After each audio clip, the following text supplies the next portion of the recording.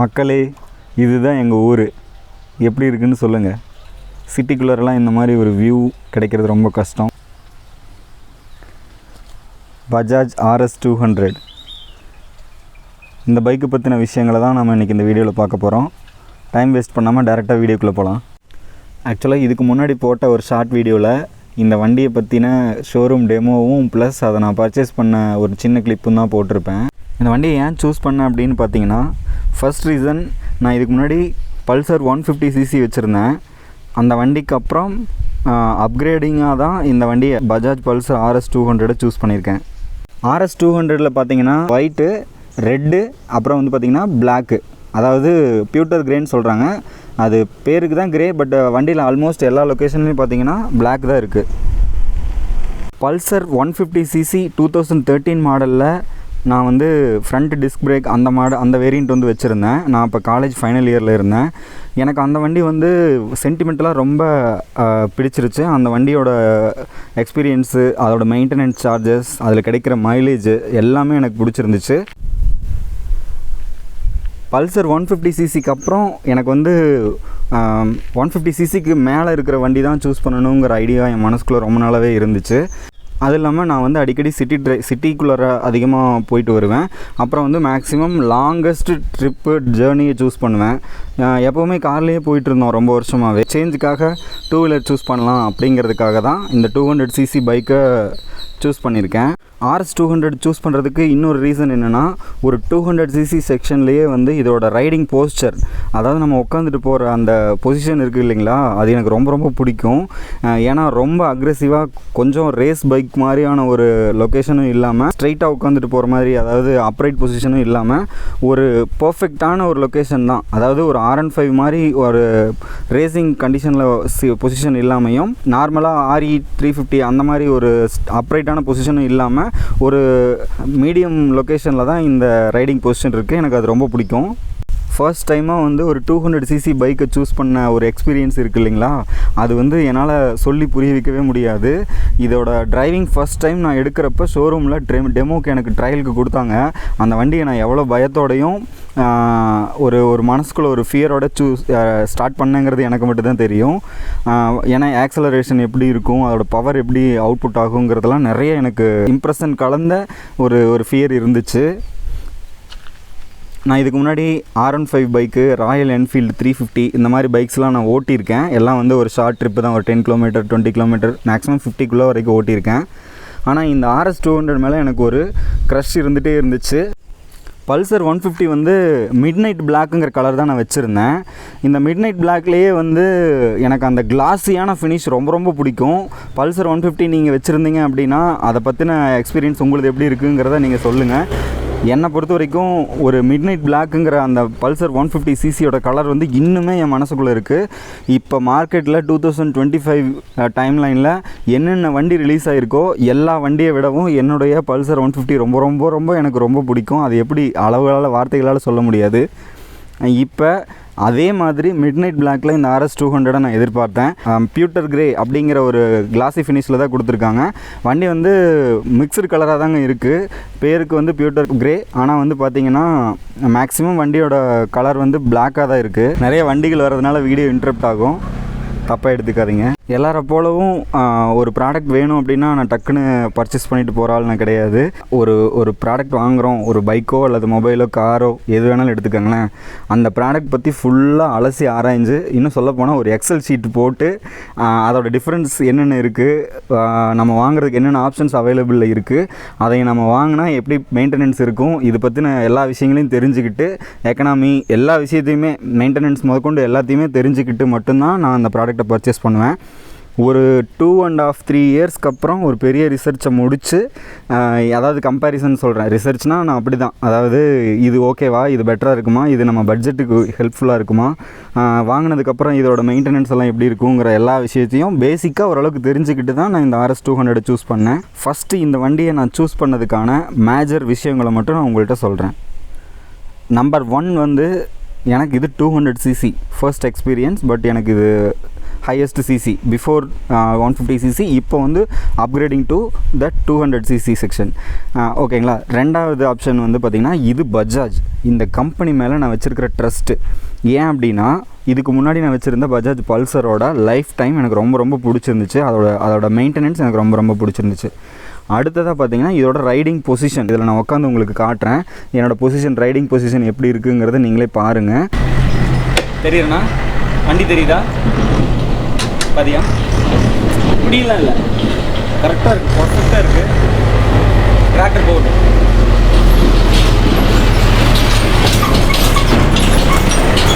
தெரியுறேண்ணா,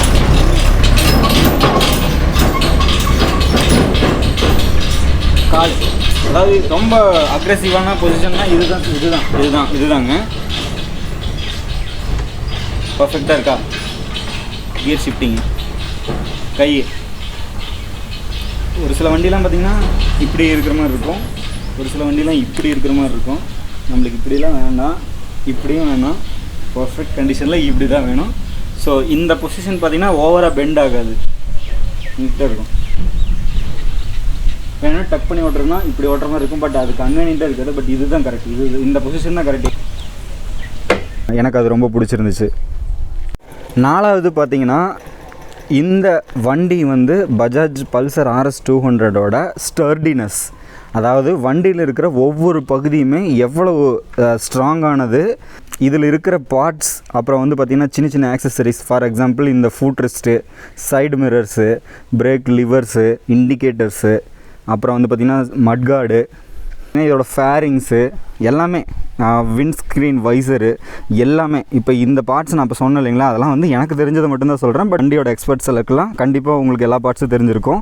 அப்படி நான் பார்க்குறப்ப எனக்கு இந்த வண்டியோட எல்லா பார்ட்ஸுமே அதோட ஸ்ட்ராங் அண்ட் பில்டு குவாலிட்டி எனக்கு ரொம்ப ரொம்ப பிடிச்சிருந்துச்சு. அதே மாதிரி இது நான் எனக்கு தெரிஞ்சுக்கிட்டதுக்கு மெயின் ரீசன் என்னென்னா, இதுக்கு முன்னாடி நான் வச்சுருந்த பல்சர் 150லேயும் அதோட பார்ட்ஸ் எல்லாமே பயங்கர ஸ்ட்ராங்காக தான் இருக்கும். அடுத்த ரீசன் என்ன அப்படின்னா இதோட அக்ரெசிவான ஒரு லுக்கு. பல்சர் 150யோட ஃப்ரண்ட் டூம் பார்த்தீங்கன்னா அந்த லுக் அண்ட் ஃபீல் வந்து பார்த்திங்கன்னா ரொம்ப ஒரு டெஃபினெட்லி மேல் அப்படிங்கிற ஒரு ஃபீலும், ப்ளஸ் வந்து அதோட ஷைனிங்கான பிளாக் லுக்கும் ரொம்ப ரொம்ப அழகாக இருக்கும். பல்சரை லவ் பண்ணுறவங்க கண்டிப்பாக எனக்கு கமெண்ட் பண்ணுங்கள், நான் தெரிஞ்சுக்கிறேன். அதே மாதிரி இந்த RS 200ஓட ஃப்ரண்ட் லுக்கை நீங்களே பாருங்களேன்.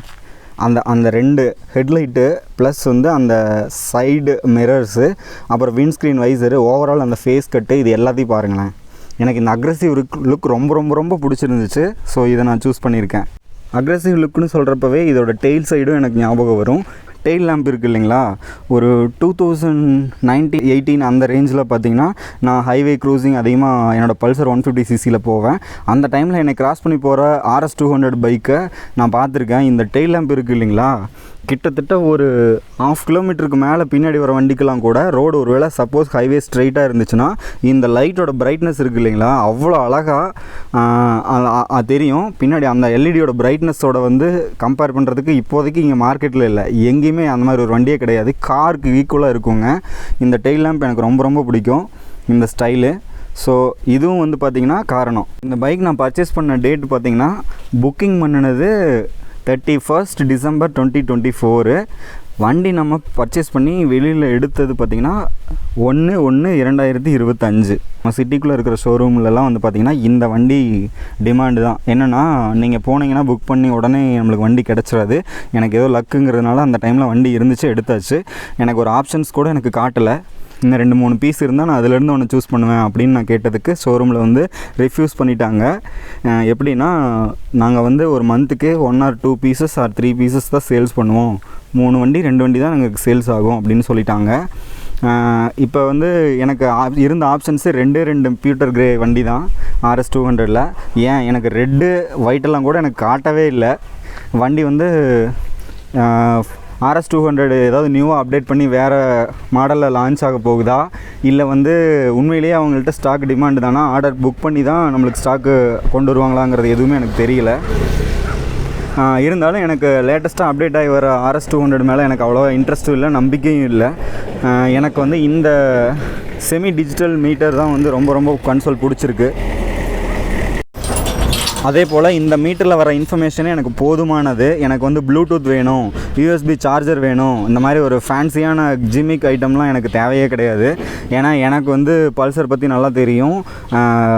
கிட்டத்தட்ட வந்து 2013லேருந்து 19 அப்படின்னா ஒரு 6 வருஷம் நான் வண்டியை 150cc Pulsar midnight black UG4 வந்து நான் என் கையிலே வச்சுருந்துருக்கேன். ஸோ என்கிட்ட எப்போவுமே அந்த வண்டி இருந்திருக்கு. எனக்கு நிறைய நேரத்தில் அது உதவி இருக்குது. அதுவும் இல்லாமல் 150cc பல்சர் வந்து எனக்கு எப்போவுமே பிரேக் டவுனே ஆனது கிடையாதுங்க. பஞ்சர் ஆனப்போ கூட நான் பஞ்சர்லேயே ரொம்ப தூரம் ஒரு 5 கிலோமீட்டர் வரைக்கும் போய் பஞ்சரை ஒட்டி நான் எடுத்துகிட்டு போயிருக்கேன். எனக்கு எந்த ப்ராப்ளமும் இல்லாமல் வண்டி அவுட்புட் கொடுத்துச்சு.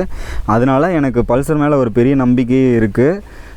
எனக்கு வந்து இந்த பல்சர் BS6க்கு அப்புறம் வரப்போகிற அடுத்த அப்டேட் இருக்குது இல்லைங்களா, அதாவது மீட்டர் கன்சோல் மாற்றுறது, இல்லை ஹெட்லைட்டோட ஸ்ட்ரக்சரை மாற்றுறது, டெயில் லேம்போட ஸ்ட்ரக்சர் மாற்றுறது, இது எதுவுமே எனக்கு தேவையே கிடையாது. அப்படி பண்ணி வண்டியோட ஒரிஜினாலிட்டி லுக்கை மாற்றிட்டாங்க அப்படின்னா அது எல்லாருக்கும் பிடிக்குமான்னு எனக்கு தெரியாது. அதே மாதிரி எனக்கு கண்டிப்பாக பிடிக்காது. ஏன்னா அது இன்னும் நான் பார்க்கல, அது எப்படி வரும்னு தெரியல. அது வந்து நம்ம மனசுக்கு செட் ஆச்சுன்னா தான். ஆனால் இந்த RS200 BS6 மாடலில் இருக்கிற அந்த செமி டிஜிட்டல் கன்சோல், அதுவும் ப்ளஸ் வந்து இந்த ஹெட்லைட் செக்ஷன், ஹாலோஜனில் இருக்கிற ஹெட்லைட் செக்ஷன் எனக்கு ரொம்ப பிடிக்கும். அது வந்து பார்த்திங்கன்னா இது ப்ரொஜெக்டர் ஹெட்லாம்புங்கிறதுனால எனக்கு இதோட பிரைட்னஸ் ரொம்ப ரொம்ப பிடிச்சிருக்கு. அது பற்றின வீடியோவும் இனி வரக்கூடிய நாட்களில் நான் உங்களுக்கு அப்லோட் பண்ணுறேன். நெக்ஸ்ட்டு இதில் ரொம்ப பிடிச்ச விஷயங்கள் என்னென்னா, இந்த ஸ்விட்ச் கியர்ஸில் இருக்கிற ஒரு LED இலுமினேஷன் லைட்டு தான். நைட்டு போகிறப்ப உங்களுக்கு ட்ராவல் டைமில் உங்களுக்கு ரொம்ப ரொம்ப யூஸ்ஃபுல்லாக இருக்கும். ஸ்விட்ச் கியர்ஸில் வர அந்த இலுமினேஷன் லைட் வந்து பார்த்திங்கன்னா ரொம்ப ரொம்ப அட்ராக்டிவாக இருக்கும். கண்டிப்பாக எல்லாரையும் ஹெட் டர்ன் பண்ண வைக்கும் இந்த வண்டி பக்கம். நீங்கள் ஒன்ஸ் ஒரு ஏரியாவில் கிராஸ் பண்ணிங்க அப்படின்னா கண்டிப்பாக எல்லோரும் திரும்பி பார்ப்பாங்க, என்ன வண்டி இது அப்படின்னு. RS200 அது இதுவா ஃபீல் எல்லாருக்கும் கொடுக்குங்கிறத நான் நம்புகிறேன். அதுவும் இல்லாமல் இதோட அழகு இருக்குது இல்லைங்களா, அதை வார்த்தைகளால் சொல்லி புரிய வைக்கவே முடியாது. இந்த வண்டி வந்து அவ்வளோ க்யூட்னஸ் ஓவர்லோடட் வெஹிக்கிளுங்க. இதோட ஃபேரிங்ஸ்லாம் பார்த்திங்கன்னா மசில்ஸ் மாதிரி இருக்கும். ஒவ்வொரு இடமுமே பார்த்திங்கன்னா டச் அண்ட் ஃபீல் பண்ணுறப்ப அவ்வளோ ஹாப்பினஸ்ஸாக இருக்குங்க. இந்த விண்ட்ஸ்க்ரீன் வைசருமே பார்த்திங்கன்னா இதிலே வந்து பிளாக்கு அதெல்லாம் வந்து ஆல்டர் பண்ணுறாங்க. பட் எனக்கு இந்த டிரான்ஸ்பேரண்ட்டான விண்ட்ஸ்க்ரீன் வந்து எனக்கு ரொம்ப ரொம்ப பிடிச்சிருக்கு. நெக்ஸ்ட்டு ஃபிசிக்கல் லுக் அப்பியரன்ஸில் பிடிச்சதுக்கு இன்னொரு ரீசன் என்னென்னா, இந்த சைடு மிரர்ஸ் தான். இது பாருங்களேன், இப்போ வந்து ஃபோல்டு பண்ணியிருக்கு, கார் மாதிரிங்க. இது சைடு மிரர்ஸ் வந்து ஃபோல்டாக இருக்குது. இதை நம்ம ஓப்பன் பண்ணணும் அப்படின்னா ரைட் சைடில் இப்படி திருப்பலாம். திருப்பினதுக்கப்புறம் பார்த்திங்கன்னா நம்மளுக்கு மிரர் சைடில் ஓப்பன் ஆகி இந்த மாதிரி ஒரு லுக்கை கொடுக்கும். ஸோ நீங்களே பாருங்களேன், இந்த சைடு வந்து ஓப்பன் ஆகிருக்கு. இந்த சைடு இப்போ நான் ஓப்பன் பண்ணுறேன், உங்களுக்கு நான் ஓப்பன் பண்ணி காட்டுறேன். இப்போ இது உங்களுக்கு பார்த்தீங்களா எவ்வளோ தூரம் ஓப்பன் ஆகுதுன்ட்டு. அதாவது நம்ம உட்காந்து ரியர் வியூ பார்க்குறப்ப நம்மளுக்கு ரியர் வியூ எதுவும் தெரியாது அப்படின்னு சொல்கிறாங்கல்ல. யூடியூப்பில் சொல்கிற மேக்ஸிமம் ரிவ்யூவர்ஸ் வந்து பார்த்திங்கன்னா கரெக்டான இன்ஃபர்மேஷன் கிடையாது. ஸோ வந்து சைடு மிரரோட ஓப்பனிங் வந்து ரொம்ப வைடராக இருக்குங்க. சொல்லப்போனால் இருக்கிற வண்டிகள்லேயே இதோட side view rear view mirror தான் வந்து ரொம்ப வைடராக வெளியில் வரைக்கும் வரும். ஸோ இது ட்ரைவ் பண்ணுறப்போ கொஞ்சம் கேர்ஃபுல்லாக தான் பண்ணணும். அது வந்து ரொம்ப பயப்படலாம் தேவையில்லைங்க. நீங்கள் ஒன்ஸ் 2 ரவுண்ட் எடுத்து ஓட்டி பழகிட்டீங்க, ஒரு 1 கிலோமீட்டர் 2 கிலோமீட்டர் ஓட்டி பழகிட்டிங்கனாவே உங்களுக்கு இந்த சைடு மிரர் ஓப்பன் பண்ணதுக்கப்புறம் எவ்வளோ டிஸ்டன்ஸில் நீங்கள் ஓட்டணும், மற்ற வெஹிக்கிள் கிராஸ் பண்ணி போகிறப்பவும் ப்ளஸ் மற்ற வெஹிக்கிள் நம்மளை கிராஸ் பண்ணி போகிறப்பவும் எப்படி நம்ம ட்ரைவ் பண்ணணுங்கிற எபிலிட்டி உங்களுக்கு ஈஸியாக கிடச்சிரும். ஸோ அதனால் பயப்படலாம் தேவையில்லை. அடுத்து எனக்கு இந்த வண்டியில் ரொம்ப பிடிச்ச விஷயங்கள் என்னென்னா, இந்த டியூவல் ஹெட்லாம்ப் தாங்க. இந்த 2 டியூவல் ஹெட்லாம்ப் வந்து ஒன்று வந்து லோ பீமுக்கு எரியும், இன்னொன்று வந்து ஹை பீமுக்கு எரியுங்க. லோ பீமுக்கு வந்து இந்த பல்பும் இந்த லைட்டும், ஹை பீமுக்கு வந்து இந்த லைட்டும் எரியும். நீங்கள் நார்மலாக ஹெட்லைட் வண்டி ஸ்டார்ட் பண்ணிங்கனாவே ஆன் ஆகிடும். BS6 நாம்ஸ் படி இந்த வண்டியோட லைட் வந்து ஆல்வேஸ் ஆன் ஹெட்லைட்டு. இதுக்கு வந்து ஸ்விட்செல்லாம் எதுவும் வண்டியில் வராதுங்க. ஆக்சுவலாக வந்து என்னோடய ரிவ்யூ வந்து கண்டிப்பாக வண்டியை பற்றின ஒவ்வொரு பார்ட்ஸும் இருக்குமே தவிர எக்ஸாக்டாக இது இப்படி தான் இருக்கும், ப்ராப்பராக எனக்கு சொல்ல தெரியல அப்படின்னு கூட நீங்கள் நினைக்கலாம். நீ மன்னிச்சிருங்க. பிடிச்ச வண்டியை நான் எடுத்திருக்கேன், அதை பற்றின ரிவ்யூ நான் உங்களுக்கு கொடுக்குறேன். இப்போ இந்த ஹெட்லைட்டில் பார்த்திங்கன்னா வண்டி இது வந்து லோ பீமு, இது ஹை பீமு. இந்த லோ பீம் பார்த்திங்கன்னா ஷார்ப்பாக இருக்குங்க. ஒரு குறிப்பிட்ட டிஸ்டன்ஸ் வரைக்கும் இந்த நிழல் முடியுது இல்லைங்களா, இங்கே வரைக்கும் அடிக்குங்க. இப்போ நான் சொல்கிற பாருங்க, வண்டி அங்கே இருக்குது, நான் வந்து லைட்டோட டிஸ்டன்ஸ் இது வரைக்கும் வரும்னு சொல்கிறேன். இது இப்போ நீ கணக்கு போட்டிங்கன்னா ஒரு 20 ஃபீட்ஸ் வருங்க, 20 to 25 ஃபீட்ஸ் வரும். அவ்வளோ டிஸ்டன்ஸ்க்கு இந்த லைட் வந்து ஷார்ப்பாக அந்த அகலிட்டி வந்து செம்மையாக இருக்கும். ஹாலோஜன்கிறது தெரியாது, எல்இடிக்கு ஈக்குவலாகவே இருக்கும். பட் வந்து இந்த அளவுக்கு பவர்ஃபுல்லான ஹெட்லைட்டை பஜாஜ் கொடுத்துருக்காங்க. எனக்கு அது ரொம்ப ரொம்ப ஹாப்பி. பஜாஜ் வந்து இந்த மாதிரி ஒரு ஹெட்லைட் லோ பீம்லேயே வந்து இவ்வளோ பவர்ஃபுல்லான லைட்டை கொடுத்துருக்காங்க. அப்புறம் வந்து பார்த்திங்கன்னா ஹை பீம் இந்த லைட்டு, இது வந்து நீங்கள் ஸ்விட்சில் டிம் ஸ்விட்ச் அடிச்சிங்கனாவோ இல்லை வந்து மேனுவலாக ஹை லேம்ப் போட்டிங்கனாவோ தான் இது ஆன் ஆகும். ஆன் ஆகிடுச்சுன்னா கிட்டத்தட்ட அந்த ஆப்போசிட்டில் இருக்கிற அந்த ஒரு பில்டிங் இருக்குது இல்லைங்களா, ஒரு ஃபேக்ட்ரி மாதிரி, அந்த செவர் வரைக்குமே கண்டிப்பாக அடிக்குங்க. அவ்வளோ பவர்ஃபுல்லான லைட்டை இதில் கொடுத்துருக்காங்க. வண்டியை மட்டும் தப்பாக எடை போட்டுறாதீங்க. இந்த வண்டி வந்து உண்மையிலே ஒரு அண்டர் ரேட்டட் RS200 தான்.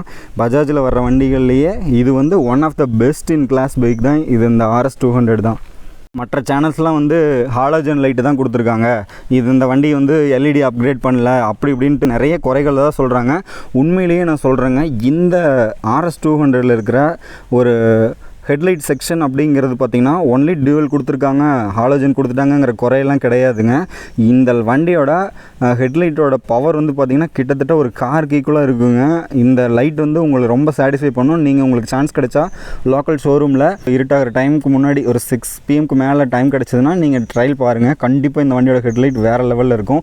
இன்னும் ஹில் ஸ்டேஷன்லாம் நீங்கள் போகிறீங்கன்னா ஹெட்லைட்டோட பிரைட்னஸ் வந்து பார்த்திங்கன்னா உங்களுக்கு ரொம்ப ரொம்ப அடாப்டிவாக சூப்பராகவே இருக்குங்க. வண்டியில் எனக்கு பிடிச்ச விஷயம் இன்னொன்று என்னென்னா இதோட DRLங்க.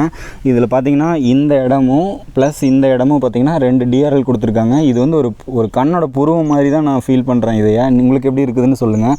இதில் வந்து பார்த்திங்கன்னா உள்ள 3 LEDs கொடுத்துருக்காங்க. உங்களுக்கு பார்த்தாவே தெரியும், 1 2 3. இந்த 3 LEDஸும் ஆன் ஆகும். இலுமினேஷன்லாம் எதுவும் கிடையாதுங்க, டேரெக்டாக ஆன் ஆயிரும், அவ்வளோதான். அதே மாதிரி இந்த இடத்துலையும் வந்து பார்த்திங்கன்னா இங்கே ஒரு 3 LEDs இருக்குது. இந்த ரெண்டுமே வந்து ஸ்விட்ச் ஆன் பண்ணிங்கனாவே, இக்னிஷன் ஆன் பண்ணிங்கனாவே உங்களுக்கு ஆன் ஆகிடும். உங்களுக்கு நான் ஆன் பண்ணி காட்டுறேன். பகலுங்கிறதுனால ஓரளவுக்கு தான் தெரியும், உங்களுக்கு தெரியும்னு நினைக்கிறேன். ஆன் பண்ணியிருக்கேன், ரொம்ப லைட்டாக இருக்கும். பட் நைட்டில் பார்த்திங்கன்னா இந்த DRLs நல்லா பிரைட்டாகவே இருக்கும், அழகாகவும் இருக்கும். நெக்ஸ்ட் ரீசன், இந்த வண்டியில் இருக்கிற கியர் பாக்ஸ் சிஸ்டம்ங்க. எல்லா வண்டியும் 200cc 5 கியர்ஸ் மட்டும் கொடுத்துட்ருக்குற 6 கியர்ஸ் கொடுத்துருக்காங்க. உங்களுக்கு பார்த்தாவே தெரியும், நீங்கள் பேப்பர்ஸ்லேயே தெரிஞ்சிருப்பீங்க. ஃபஸ்ட் கியர் வந்து front, second, third, fourth, fifth, sixth வரைக்கும் பார்த்தீங்கன்னா மேலே அப்லிஃப்ட் பண்ணுற மாதிரி இருக்கும். இதோட டிரைவிங் பொசிஷனும் ரொம்ப ரொம்ப ரொம்ப ரொம்ப சூப்பராக இருக்குங்க. நீங்கள் ரொம்ப காலை மடக்கி வச்சு ஓட்டணும், படுத்துக்கிட்டு ஓட்டணும், முதுகு வலி அதெல்லாம் எதுவுமே கிடையாது. இந்த வண்டியோட டிரைவிங் பொசிஷன் மாதிரி இப்போதைக்கு வேறு வண்டிகள் எதுவுமே கிடையாது. ஒன்லி அப்ரைட் மட்டும்தான் இருக்குது. ஸ்ட்ரைட்டாக தான் நீங்கள் உட்காந்துட்டு ஓட்டிகிட்டு போகிற மாதிரி இருக்கும். சில யூடியூப் சேனல்ஸ்லாம் இதை பற்றி தப்பாக பேசிகிட்டு இருக்காங்க. இந்த டிரைவிங் பொசிஷன் வந்து ஒன்றும் அவ்வளோ அக்ரெசிவாக இல்லை. அக்ரெசிவ் நம்மளுக்கு தேவையே இல்லைங்க. நம்ம இந்தியன் ரோட்ஸ், ஈவன் நான் தமிழ்நாட்டில் இருக்கேன், தமிழ்நாடு ரோட்ஸை பற்றி எனக்கு நல்லா தெரியும். நம்மளோட ரோடு அண்ட் டிராஃபிக்கு கம்பேர் பண்ணுறப்ப நம்மளுக்கு அக்ரெசிவ் பொசிஷன் தேவையே கிடையாதுங்க. இன்னும் சொல்லப்போனால் நம்ம படுத்துக்கிட்டு ஓட்டுற அளவுக்கு நம்மளுக்கு இன்னும் ரோடு, ஈவன் கன்ஸ்ட்ரக்ஷன் அந்த அளவுக்கு எனக்கு சாட்டிஸ்ஃபைடாக இல்லை. ஹைவேஸே எடுத்துட்டிங்கனாலும் நம்மளுக்கு நிறையா ஃப்ளைஓவர்ஸ்லாம் கிடையாது. எல்லோரும் ரோடு கிராஸ் பண்ணி தான் அந்த பக்கமும் லெஃப்ட் அண்ட் ரைட்ஸ் போயிட்டுருக்காங்க. ஸோ நம்ம அக்ரெசிவாக படுத்துட்டு ஓட்டுற மாதிரியோ உட்காந்துட்டு ஓட்டுற மாதிரியோ தேவையே கிடையாது. நம்மளுக்கு இந்த பொசிஷனே போதும். நம்ம பஜாஜ் வந்து நம்ம இந்தியன் தமிழ்நாடு ரோட்ஸை வந்து அண்டர்ஸ்டாண்ட் பண்ணி நம்ம இந்தியன்ஸ்க்கு இந்த மாதிரி பொசிஷன் பர்ஃபெக்டாக இருக்குன்னு சூஸ் பண்ணாங்களா இல்லைங்களா. அந்த R&D டிபார்ட்மெண்ட் வந்து ரொம்ப ரொம்ப ரொம்ப எபிலிட்டியான ஒரு டீமு. நல்லா திங்க் பண்ணி தான் இந்த பொசிஷன் கொடுத்துருக்காங்க. ஃபார் எக்ஸாம்பிள் ஒரு வண்டி சொல்கிறேன், இப்போ R1 பைக் எடுத்துட்டிங்கன்னா அந்த RN5, R3 இந்த பைக்கில் பார்த்தீங்கன்னா பொசிஷன் வந்து ரொம்ப டவுனாக படுத்துட்டு டேங்க் மேலே படுத்துட்டு தான் ஓட்டுற மாதிரி இருக்கும். நீங்கள் ஒரு வேளை மேரேஜ் ஆகிட்டிங்க அப்படின்னா, மேரேஜ் ஆகாதவங்களுக்கு நான் சொல்கிறேன், மேரேஜ் ஆகிட்டிங்க அப்படின்னா உங்களுக்கு ஒரு பேபி வர்றப்ப நீங்கள் முன்னாடி வச்சுட்டு அந்த பேபியை செக்யூர்டாக ஓட்டுறதுங்கிறது RN5 இல்லை வந்து R3 இந்த மாதிரி பைக்ஸ்லாம் வந்து ரொம்ப கஷ்டம். ஃபார் எக்ஸாம்பிள் இந்த கிக்ஸர் பைக்லலாம் கூட கொஞ்சம் கஷ்டம்தான். ஆனால் இந்த பல்சர் செக்ஷன்ஸில் எல்லாம், இன்னும் சொல்லப்போனால் NS200லாம் இருக்குது இல்லைங்களா, அதுலலாம் பார்த்தீங்கன்னா நீங்கள் முன்னாடி ஒரு பேபியை ஒரு 3 இயர்ஸ் 4 இயர்ஸ் வரைக்குமே நீங்கள் முன்னாடி ஈஸியாக உட்கார வச்சுட்டு அழகாக அந்த பேபியும் சேஃப் கார்டாக வச்சு நீங்கள் ஓட்டிகிட்டு போகலாம். அதுவும் இல்லாமல் பார்த்தீங்கன்னா ரைடிங் பொசிஷன் வந்து கிட்டத்தட்ட நீங்கள் ஒரே ட்ரிப்பில் 250-300 கிலோமீட்டர் ஓட்டுறீங்கனாலும் உங்களுக்கு பேக் பெயினோ ஃபுட் பெயினோ பாம்ஸ்கிட்டையோ எங்கேயுமே பெயினே இருக்காது. சாஃப்டாகவும் இருக்கும். வண்டியோட சஸ்பென்ஷன் சிஸ்டம் உங்களுக்கு ரொம்ப ரொம்ப சூப்பராக இருக்கும் இந்த RS200ல். நெக்ஸ்ட்டு இந்த வண்டியோட ஃபேரிங்கு, இந்த ஃபேரிங் பாருங்களேன், முன்னாடி இன்ஜின் ஃபுல்லாக கவர் ஆகிருக்கும். அதே மாதிரி பார்த்திங்கன்னா சைடில் லெஃப்ட் அண்ட் ரைட் பார்த்திங்கன்னா இன்ஜின் ஓப்பனில் தாங்க இருக்கும். ஃபுல்லாக இன்ஜின் கவரெல்லாம் பண்ணலை. அதாவது ஏர் சர்க்குலேஷன் ஃப்ரண்ட்டில் உள்ளே என்ட்ராகி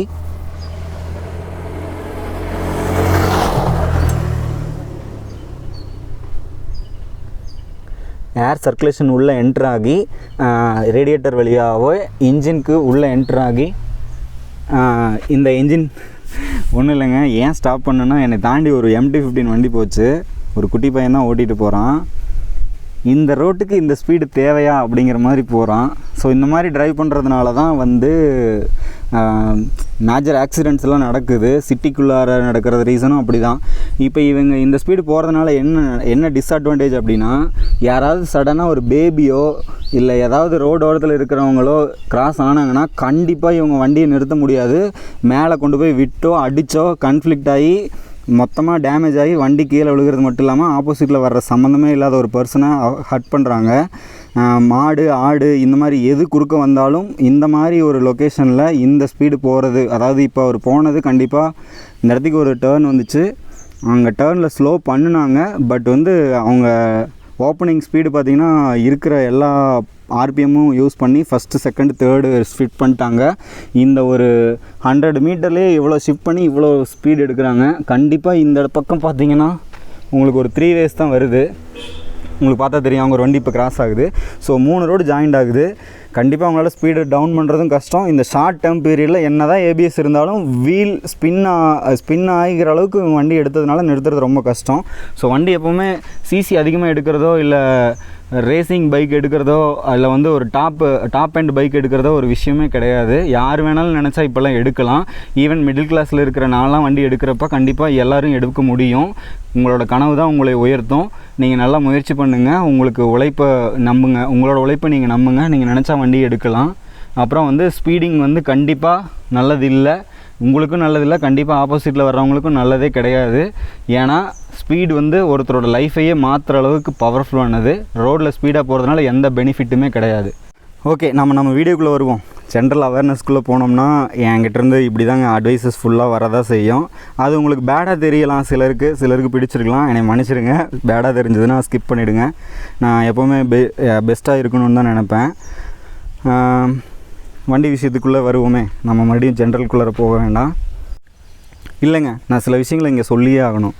ஆக்சுவலாக வந்து ஒரு 2 lakh 2.5 lakh உள்ள பைக்கை வந்து வாங்கிக்கிறாங்க. வாங்கினதுக்கப்புறம் தான் அந்த பைக்கை வச்சுருக்குறோங்கிறது கண்டிப்பாக எல்லாருக்கும் தெரிய தான் போகுது, அக்கம் பக்கம் இருக்கிறவங்களுக்கு தெரிய தான் போகுது. ஆனால் தெரிஞ்சும் நம்ம வந்து அந்த இடத்துல நம்மளோட ப்ரெசன்டேஷனை காட்டுறதுக்காக ரொம்ப அஃபெக்ட் பண்ணுற மாதிரி தான் நான் பேசியிருப்பேன். பட் வேறு வழி இல்லை, நான் சொல்லி தான் ஆகணும்.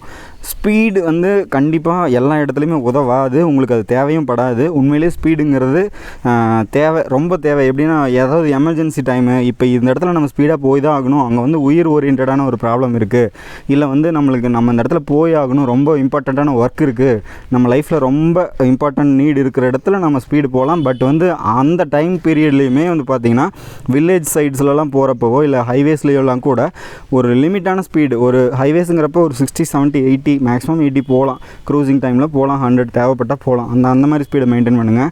சிட்டிக்குள்ளாரையும் ப்ளஸ் வந்து இந்த மாதிரி ஒரு வில்லேஜில் ஒரு ஷார்ட்டரான டிஸ்டன்ஸ்லையும் இவ்வளோ க்ரூசிங் பண்ணி இவ்வளோ ரீச் பண்ணி இவ்வளோ ஸ்பீடு அச்சீவ் பண்ணி ஒன்றும் நம்மளுக்கு நடக்க போகிறதில்ல. But once single time miss ஆகிடுச்சுன்னா நீங்கள் உங்கள் லைஃப்பில் நிறைய விஷயங்கள் இழக்க வேண்டியது வரும். ஃபஸ்ட்டு விஷயம், உங்கள் உடலில் ஏதாவது காயம் ஏற்படும், ஆப்போசிட்டில் வர்றவங்களுக்கு ஏதாவது ஆகும். ப்ளஸ் வந்து இடித்து அஃபெக்ட் ஆனவங்க ரொம்ப இன்ஃபெக்ட் ஆவாங்க. ப்ளஸ் வந்து உங்கள் வண்டி நினச்சி பார்த்துக்கோங்க. ரீசெண்ட் டேஸில் உங்களுக்கு அதிகமாக நியூஸில் பார்த்தீங்கன்னா உங்களுக்கு நிறைய கேள்விப்பட்டிருப்பீங்க. ஒரு 18 to 20, 22, 23, 25 ஏஜுக்குள்ளே இருக்கிற பசங்க தான் வந்து ஈவன் இன்னும் அக்ரெசிவாக இருக்கிற பைக்ஸ், ஹையர் சிசியில் இருக்கிற பைக்ஸை எடுத்துகிட்டு கரெக்டாக டிரைவிங் பண்ணுறவங்க இருக்காங்க. நான் எல்லாரையும் சொல்கிறேன்னு நினைக்காதீங்க. பர்ஃபெக்டாக நான் இருப்பேன், தேவையில்லாமல் ரேசிங்கில் உள்ள ஸ்பீடிங்கில் ஈடுபட மாட்டேன், அப்படி பர்ஃபெக்டாக தான் நான் இருப்பேன் அப்படிங்கிறவங்க இருக்காங்க. அவங்களாம் இந்த விஷயத்தை விட்டுருங்க, நான் உங்களை சொல்லலை. பட் வந்து தேவையில்லாத ஸ்பீடிங் எடுத்துகிட்டு தன்னோட பவரை காட்டுறதா நினச்சிக்கிட்டு ஸ்டண்ட் பண்ணுறவங்க போய் ஸ்டண்டிங் ஏரியாவில் பண்ணுங்கள். அதுக்குன்னு ஒரு ட்ராக்ஸ் இருக்குது, ரூட்ஸ் இருக்குது, அங்கே போய் பண்ணுங்கள். உங்கள்கிட்ட பவர் இருக்குன்னா அங்கே போய் காட்டுங்க. பப்ளிக் பீப்புள்ஸ் இருக்கிற இடத்துல வந்துட்டு நீங்கள் ஒரு வீலில் போகிறது, இல்லை வந்து ஃப்ரண்ட் வீலை தூக்கிட்டே ரொம்ப தூரம் போகிறது, அப்புறம் வந்து ஃப்ரண்ட் வீலி அடிக்கிறது, டர்ட் ராலி வீல் ஸ்பின்னிங் பண்ணுறது, ஸ்மோக் வர வைக்கிறது, பெட்ரோல் ஊற்றி டயரை கொளுத்துறது, இதெல்லாம் பண்ணுறீங்க. நீங்கள் பண்ணுங்கள், உங்களோட முடிவை நீங்கள் தேடிக்கிறீங்க. ஆனால் பப்ளிக்ஸை டிஸ்டர்ப் பண்ணாதீங்க. உங்களுக்கு எந்த ரைட்ஸுமே கிடையாது. 4 பேர் 10 பேர் 50 பேர் போகிற இடத்துல நீங்கள் இந்த மாதிரி பண்ணீங்க அப்படின்னா அவங்களோட மைண்ட் செட்டு வந்து ரொம்ப பாதிக்கப்படும், பயம் வரும். இந்த RS 200 வச்சுருக்கிற மேக்ஸிமம் பேரே நான் சொல்கிறேன், இவங்களோட டிரைவிங் ஏற்கனவே இந்த வண்டி பார்க்க ரொம்ப அக்ரெசிவாக தான் இருக்குது. நீங்கள் பாருங்களேன், ஒரு டெவில் மாதிரி ஒரு லுக் இருக்கான்னு நீங்களே பாருங்கள். நீங்கள் பாருங்களேன், இதை வந்து 2 டைப்பில் நம்ம இதை பார்க்கலாம். ஒன்று வந்து இது அழகாக இருக்குதுன்னு பார்க்கலாம், ஃபஸ்ட் விஷயம். அதை மேக்ஸிமம் யாரும் பார்க்க மாட்டாங்க. ஏன் அப்படின்னா, நம்ம பசங்க இந்த வண்டியை எடுத்துகிட்டு ரோட்டில் பண்ணுற அட்டூழியத்தை பார்த்துட்டு அந்த சைலன்சர் எக்ஸாஸ்ட்டை மாற்றிட்டு ஆல்ட்ரேஷன் பண்ணிவிட்டு பண்ணாத அட்டூழியம் பண்ணி இந்த வண்டியை பார்த்தாவே ஒரு ஃபியர் வர்ற அளவுக்கு தான். இன்னும் வயசானவங்களை கூப்பிட்டு விசாரித்தோம்னா நம்மளுக்கு தெரியும். நம்ம இங்கே யாராவது நம்மளுக்கு கிடச்சாங்கன்னா நான் உங்களுக்கு என்கொயரி பண்ணி நான் உங்களுக்கு கம்யூனிகேட் பண்ணுறேன். நான் சொல்கிறது உங்களுக்கு டிஃப்ரெண்ட்டாக தான் இருக்கும். நான் அவங்கள வேறு யாராவது சொல்ல வச்சேன்னா நீங்கள் நம்புவீங்கள்ல, உங்களுக்கு அது தெரிய வரும்ல. இந்த வண்டி வந்து நம்ம ஆக்சலரேஷன் பொறுத்து தாங்க அதோட அவுட்புட் இருக்கும். நம்ம வேணும்னா இதை ரேஷ் ட்ரைவ் பண்ணலாம், தேவை இல்லை அப்படின்னா நம்ம வந்து ஸ்மூத்தாகவும் போகலாம். நான் எப்போவுமே ஸ்மூத்தாக போக தான் நான் சஜஸ்ட் பண்ணுவேன். நானும் ஸ்மூத்தாக தான் போவேன். தேவையான இடத்துல மட்டும் ஸ்பீட் பண்ணுங்கள். ஆனால் வந்து எப்போவுமே போட்டி போடாதீங்க. போட்டி வந்து லைஃப்க்கு யூஸே கிடையாது. இதில் நீங்கள் ஜெயிச்சிங்கனாலும் உங்களுக்கு வெற்றி கிடச்சிடாது. லைஃப்பில் ஜெயிக்கிறதுங்கிறது வேறு, ரோட்டில் ஜெயிக்கிறதுங்கிறது வேறு. ரோட்டில் ஜெயித்தா உங்களுக்கு ஒரு பைசா கூட பிரயோஜனம் இல்லை. ஆனால் லைஃப்பில் நீங்கள் ஜெயிச்சிங்கன்னா உங்கள் தலைமுறையே உங்களுடைய வெற்றியை கொண்டாடும். புரிஞ்சிருக்கும்னு நினைக்கிறேன். ஓகே, இப்போ வந்து ஸ்விட்ச் கியர்ஸ் என்னென்ன இருக்குதுன்னு பார்க்கலாம். ஃபஸ்ட்டு வந்து பார்த்திங்கன்னா வண்டி ஸ்டார்ட் பண்ணுற ஸ்விட்சை சொல்கிறேன். கீ ஆன் பண்ணிட்டிங்கன்னா செல்ஃப் ஸ்விட்ச் இந்த இடத்துல வரும். அதே மாதிரி இன்ஜின் கில் ஸ்விட்ச் இது வந்து கீழே இப்போ அழுத்துனீங்கன்னா இன்ஜின் ஆன் பண்ணுறதுக்கான ஒரு ஆப்ஷன். இது ஆஃப் பண்ணிட்டிங்கன்னா இன்ஜின் கில் ஆகிடும். இந்த இடத்துல பார்த்திங்கன்னா ஆயில் ஃப்ளூட் இருக்குது. ஃப்ரண்ட் டிஸ்கோட ஆயில் ஃப்ளூடு டேங்க் ரிசர்வயரு. இந்த லெஃப்ட் சைடில் பார்த்திங்கன்னா ஒரு ஹார்ன் ஸ்விட்சு, இண்டிகேட்டர் லெஃப்ட் ரைட்டோட சுவிட்ச் இந்த இடத்துல இருக்குது. அதேமாதிரி லோ பீம் ஹை பீம்க்கான சுவிட்ச் இங்கே இருக்குது. பகலுங்கிறதுனால ரிஃப்ளெக்ட் ஆகுது, கொஞ்சம் அட்ஜஸ்ட் பண்ணிக்கோங்க. இது பார்த்திங்கன்னா என்ஜின் மேல் ஃபங்க்ஷன் சுவிட்சு. இது வந்து லோ இன்ஜின் ஆயில் சுவிட்சு. இது ஹீட் அதிகமாக ஆயிடுச்சு இன்ஜின் அப்படிங்கிற ஒரு இண்டிகேஷனு. இது ஹை பீம் லோ பீமோட இந்த இடம் வரும். இங்கே வந்து நியூட்ரல் கியர் பண்ணிட்டிங்கன்னா இந்த இடத்துக்கு நியூட்ரல் சுவிட்ச் வரும். இது வந்து லோ பேட்டரிக்கான ஐடென்டிஃபிகேஷன் எல்இடி. இது வந்து பார்த்திங்கன்னா ஆர்பிஎம்மு, வண்டியோட ஆர்பிஎம் இங்கே காட்டும். இது வந்து ஃபியூல். இதில் வந்து பாதி வந்து டிஜிட்டல் வந்துடுதுங்க. இந்த பக்கம் தான் வந்து அனலாகில் வருது, செமி டிஜிட்டலில். இந்த சைடு பார்த்திங்கன்னா ஃபுல்லாகவே டிஜிட்டல் ஸ்க்ரீன் தான். இதில் வந்து பார்த்திங்கன்னா நேவிகேஷன் சிஸ்டம்லாம் எதுவும் இல்லை, ப்ளூடூத் எதுவும் கிடையாது. இதை மட்டும் தான் எல்லோரும் சொல்லிட்டு இருப்பாங்க. பட் இதில் இருக்கிற டீட்டெயில்ஸை நான் சொல்கிறேனே, நம்மளுக்கு தேவைப்படுற விஷயங்கள் மட்டும் நான் சொல்கிறேன். இதில் வந்து ஃபியூல் லெவல் வந்து கிட்டத்தட்ட 3, 4, 5, 6, 7, 8 பாயிண்ட் வருதுங்க. நான் வந்து நேற்று தான் டேங்க் ஃபில் பண்ணேன். அதனால் வந்து இப்போ எனக்கு 3/4 டேங்க் மேலே இருக்குது. இந்த இடத்துக்கு ஃபியூல் லெவல் காட்டும். இந்த இடத்துல கியர் பொசிஷன் இண்டிகேட்டருங்க. இந்த இடத்துல உங்களுக்கு தெரியுதுன்னு நினைக்கிறேன், பாருங்கள். கியர் பொசிஷன் 1, 2, 3, 4, 5, 6 நியூட்ரல் எல்லாமே இந்த இடத்துல இண்டிகேட் ஆகும். இங்கே டைம் டிஸ்பிளே ஆகும். ஆக்சுவலாக இது மார்னிங் டைமுங்க, 12 o'clock, 11 to 12 o'clock இருக்கும். பட் வந்து டைம் இன்னும் அட்ஜஸ்ட் பண்ணல. நான் வண்டி 1ஆம் தேதி தான் எடுத்தேன். இமீடியட்டாக இந்த வீடியோ ரெக்கார்ட் பண்ணுறதுனால உங்களுக்கு வந்து டைம் தப்பாக இருக்குன்னு நான் செட் பண்ணல. ஈவன் எனக்கு இது செட் பண்ணவும் தெரியாது. இனிமேல் தான் லேர்ன் பண்ணணும். நான் மேனுவல் இன்னும் என் கை கிடைச்சோன்னே நான் செட் பண்ணிவிடுவேன். இங்கே வந்து ஸ்பீட் டிஸ்பிளே ஆகும், ஸ்பீடோமீட்டர் இது. அப்புறம் வந்து பார்த்திங்கன்னா டோட்டல் கிலோமீட்டர் இங்கே இருக்கும். ஓடோமீட்டர் இது. ட்ரிப் 1, ட்ரிப் 2 வந்து டிஸ்பிளே ஆகும். நெக்ஸ்ட் வந்து பார்த்திங்கன்னா டிஸ்டன்ஸ் டு எம்டி கண்டிப்பாக இதில் இருக்குது. நீங்கள் உங்கள் வண்டியில் இருக்கிற பெட்ரோல் இன்னும் எவ்வளோ தூரம் ஓடும் அப்படிங்கிற இன்ஃபர்மேஷன் இந்த இடத்துல கிடைக்கும். நான் ஆன் பண்ணி உங்களுக்கு ட்ரை பண்ணுறேன். டிடிஇ 250 கிலோமீட்டர் எனக்கு காட்டுது. ஆக்சுவலாக இன்னும் மைலேஜ் டெஸ்டிங்கு அதெல்லாம் எதுவுமே பண்ணல. இப்போ வந்து 250 கிலோமீட்டர்ஸ் போகும்னு டிஸ்டன்ஸ் டு எம்டி காட்டுது. அதே மாதிரி 378 கிலோமீட்டர்ஸில் நான் வந்து சர்வீஸ் விடணுங்கிற இண்டிகேஷனும் சர்வீஸ் இண்டிகேஷனும் இதில் காட்டுது. ஸோ இது வந்து எனக்கு ரொம்ப யூஸ்ஃபுல்லாக இன்ஃபர்மேஷனாக நினைக்கிறேன். டிஸ்டன்ஸ் டு எம்டி ரொம்ப யூஸ்ஃபுல்லாக இருக்கும். இதுக்கு முன்னாடி இருந்த வண்டியில் எங்கிட்ட 150cc பல்சரில் இதெல்லாம் கிடையவே கிடையாது. ட்ரிப் 1, ட்ரிப் 2 அவ்வளோதான் இருக்கும். இது வரைக்கும் நான் 72 கிலோமீட்டர்ஸ் ரன் பண்ணியிருக்கேங்க. ஓகே, கீ வந்து பார்த்திங்கன்னா ஃபஸ்ட்டு சைட் லாக்கில் இருக்குது. லாக்கில் ஃபஸ்ட்டு ஓப்பன் பண்ணிங்கன்னா லாக் மட்டும் ஓப்பன் ஆகும். ரெண்டாவது இக்னிஷன் ஆன் ஆகிக்கும். ஆன் ஆச்சுன்னா உங்களுக்கு மீட்டர் எல்லாமே ஒர்க் ஆக ஆரம்பிச்சிடும். ஹெட்லைட் கூட ஸ்டார்ட் பண்ணதுக்கப்புறம் எரிய ஆரம்பிச்சிடும். ஸ்விட்சோட குவாலிட்டிஸ்லாம் பார்த்திங்கன்னா எனக்கு ரொம்ப பிடிச்சிருக்கு. கொஞ்சம் குவாலிட்டியாக தான் இருக்குது, ஒன்றும் ப்ராப்ளம் கிடையாது. ரொம்ப ஸ்டிக்கியாக இருக்குது அப்படிங்கிற மாதிரிலாம் இல்லை. ரொம்ப சாஃப்ட்டாகவும் இல்லை, பர்ஃபெக்ட் கண்டிஷனில் தான் இருக்குது. ஸ்டார்ட் பண்ணும்போது இது வந்து ஒரு ஃபியூல் இன்ஜெக்ஷன் என்ஜின் அப்படிங்கிறதுனால நீங்கள் ஆக்சலரேஷன் பண்ணவே கூடாது. ஃபஸ்ட்டு வந்து இது எப்படின்னா, ஃபஸ்ட்டு வந்து கீ ஆன் பண்ணிவிட்டு நியூட்ரல் பண்ணிக்கோங்க, சைடு ஸ்டாண்ட் எடுத்துருங்க. இந்த ரெண்டையுமே பண்ணிவிட்டு இன்ஜின் கில் ஸ்விட்சை வந்து கீழே டவுன் பண்ணிங்கன்னா ஆன் ஆகிடும். நீங்கள் ஆக்சலரேஷனே பண்ணக்கூடாதுங்க. இதை யூஸ் பண்ணவே பண்ணாதீங்க. ஜஸ்ட் கையை வச்சுக்கோங்க, ப்ரெஸ் பண்ணிங்கன்னா ஸ்டார்ட் ஆகிடும். எதுவுமே பண்ணக்கூடாது. ஆக்சலரேஷன் பண்ணுறது தப்பு. ஃபியூல் இன்ஜெக்ஷன் சிஸ்டம் இருக்கிற வண்டி எல்லாத்துக்குமே ஆக்சலரேட் பண்ணாமல் ஸ்டார்ட் பண்ணுங்கள். எனக்கு இந்த பஜாஜுக்கு இது ஒர்க் அவுட் ஆகுது. உங்கள் வண்டி எப்படின்னு தெரியல, என்ன பிராண்டுன்னு எனக்கு தெரியாது. ஸோ நீங்கள் அதில் செக் பண்ணிக்கோங்க. ஆக்சலரேஷன் பண்ணாமல் செல்ஃப் ஸ்டார்ட் பண்ணுங்கள். நீங்கள் வந்து ஹையஸ்ட் ஆர்பிஎம் ரீச் பண்ணிட்டீங்க அப்படின்னாலோ இல்லை கியர் ஷிஃப்டிங் தேவைப்பட்டாலோ இந்த இடத்துல இந்த லைட் பிளிங்க் ஆகும். நான் இந்த டேங்க் கவர் வந்து வண்டி வாங்கின நெக்ஸ்ட் டே போட்டுட்டேன். இந்த டேங்க் வந்து ஓப்பனாக இருந்ததுன்னா ரொம்ப ஷைனிங்காகவும் சூப்பராகவும் இருந்துச்சு. ஃப்ரண்ட்டில் இந்த ஃபேரிங்க்கு முன்னாடி இருக்கிற வைசர் கீழே இருக்கிற இந்த டூம் பார்த்திங்கன்னா ரொம்ப ஷைனிங் பிளாக்கில் தான் இருக்குது. அப்புறம் வந்து பார்த்திங்கன்னா இது வந்து டிரான்ஸ்பேரண்ட் கிளாஸு. நெக்ஸ்ட்டு பார்த்திங்கன்னா இந்த ஹெட்லைட்டுக்கு கீழே இருக்கிற பிளாஸ்டிக் ஏரியாஸில் பார்த்திங்கன்னா சில்வரில் இருக்குது. இங்கே வந்து ஒயிட் கலர் ஸ்டிக்கரிங் பண்ணியிருக்காங்க. இது வந்து ஒரு ரெஃப்ளெக்டிவ் ஸ்டிக்கரு, சூப்பராக இருக்குது நைட்டில். அப்புறம் வந்து பார்த்திங்கன்னா இந்த ஹெட்லைட்டோட சைடில் இருக்கிற இந்த ஃபேரிங் கூட ஒரு ஏரோடைனமிக் மாதிரி தான் எனக்கு தெரியுது பார்த்தா. அந்த ஸ்ட்ரக்சர் வந்து பார்த்திங்கன்னா ஏரோடைனமிக்காக தான் இப்படி கொடுத்துருக்காங்கன்னு. கண்டிப்பாக இந்த வழியாக தான் ஏர் போகுங்கிறது நல்லாவே புரியுது. இந்த ஸ்ட்ரக்சரும் சூப்பராக இருக்குங்க. அப்புறம் வந்து மீட்டருக்குள்ளே இருக்கிற இந்த பிளாஸ்டிக் ஏரியாஸில் பார்த்திங்கன்னா ஒரு ஃபைபர் ஃபினிஷில் தான் கொடுத்துருக்காங்க. இது வந்து ஒரு ஸ்டிக்கரிங்லாம் கிடையாதுங்க, பிளாஸ்டிக் மெட்டீரியலே சூப்பராக இருக்குது. இந்த மாதிரி ஒரு ஃபினிஷிங்கில் கொடுத்துருக்காங்க. மினிமம் 3 லிட்டர்ஸ் இருக்கணுங்கிற ஒரு இன்ஃபர்மேஷனு. இந்த இண்டிகேட்டர் இருக்குது இல்லைங்களா, இது வந்து ஒரு எல்இடி இண்டிகேட்டரு. 3 பாயிண்ட் இருக்கும். கேடிஎம்லாம் கூட இது இருக்கும், ஸ்லிம்மான இண்டிகேட்டர். 1 2 3 எல்இடிஸ் இருக்குங்க. வண்டியில் உட்காந்துட்டு நீங்கள் இண்டிகேட்டர் ஆன் பண்ணிங்கன்னா கண்டிப்பாக தெரியவே மாட்டேங்குது லைட் எரியுது. ஆனால் ஃப்ரண்ட்டில் வரவங்களுக்கு மட்டும்தாங்க கிளியராக தெரியுது, நம்மளுக்கு வந்து தெரியாது. நம்ம கன்சோலில் தான் பார்த்து தெரிஞ்சுக்கணும். இந்த 2 எல்இடி இண்டிகேட்டருமே 3 எல்இடியில் மேனுஃபேக்சரிங் பண்ணியிருக்காங்க. இதுவும் சூப்பராக இருக்குங்க. டயரும் பார்த்தீங்கன்னா 17 இன்ச்சுங்க, எம்ஆர்எஃப்பில் கொடுத்துருந்தாங்க. இது வந்து பஜாஜ்லேருந்து வர்றப்போ வர கம்பெனி தான் எம்ஆர்எஃப். செக்ஷன் பார்த்தீங்கன்னா 100/80 17 நினைக்கிறேன், அந்த செக்ஷனில் கொடுத்துருக்காங்க. இந்த டயரும் வந்து நம்மளுக்கு தேவையான கிரிப்பு பர்ஃபெக்டாக கொடுக்குது. வீக்காலும் நம்ம சொல்ல முடியாது, நம்மளுக்கு ரேடியல் இல்லை. ஃபிசிக்கலாக யூஸ் பண்ணி என்னோடய எக்ஸ்பீரியன்ஸில் சொல்கிறேன், இந்த டயர் போதுமான கிரிப்பு கொடுக்குது. நம்ம ரோடு லிமிட்டுக்கு தேவையான ஸ்பீடுக்கு பர்ஃபெக்டான ஒரு கிரிப்பு, ரோடு கிரிப்பு நம்மளுக்கு கண்டிப்பாக கிடைக்குது. என்னால் வந்து வளைச்சி ஓட்டுறதுக்கும் ரொம்ப ரொம்ப பர்ஃபெக்டாக தான் இருந்துச்சு. ரொம்ப வீக்கான டயரெல்லாம் அவங்க கொடுக்கல. இது வந்து டியூப்லெஸ் டயருங்க. அதேமாரி பார்த்திங்கன்னா டியூவல் சேனல் ஏபிஎஸ். ஃப்ரண்ட்டில் வந்து ஏபிஎஸ் டிஸ்க் தான், அதாவது 2 வீலரில் 200cc ஃப்ரண்ட் டிஸ்க் 300 mm கொடுத்தா நம்ம பஜாஜ் தாங்க வேறு லெவலு. இந்த 300 mm கொடுத்ததுனால ஃப்ரண்ட்டோட பிரேக்குன்னு ஒன்று இருக்குது இல்லைங்களா, அது ஏபிஎஸ்னாலேயோ இல்லை இந்த பைப்ரி அப்படிங்கிற கம்பெனினாலேயோ அதெல்லாம் எனக்கு தெரியலை. ஆனால் ஃப்ரண்ட்டில் பிரேக்கை பிடிச்சிங்கன்னா அந்த ஃப்ரண்ட் சஸ்பென்ஷன் இறங்குறதுக்கும் அந்த ரோடு கிரிப்புக்கும் பர்ஃபெக்டாக சிங்க் ஆகுது. நம்ம நினச்ச இடத்துல வண்டி பர்ஃபெக்டாக நிற்கிது. டிரைவிங் எபிலிட்டி வந்து ரொம்ப ரொம்ப ஆப்டிமமாகவும் கண்ட்ரோல் எபிலிட்டியாகவும் நல்லா கிரிப்பாகவும் சூப்பராகவும் இருக்குது. டர்னிங்லாம் நான் இன்னும் செக் பண்ணலைங்க, கார்னர்ஸில் எப்படி எடுக்கிறது அந்த மாதிரி.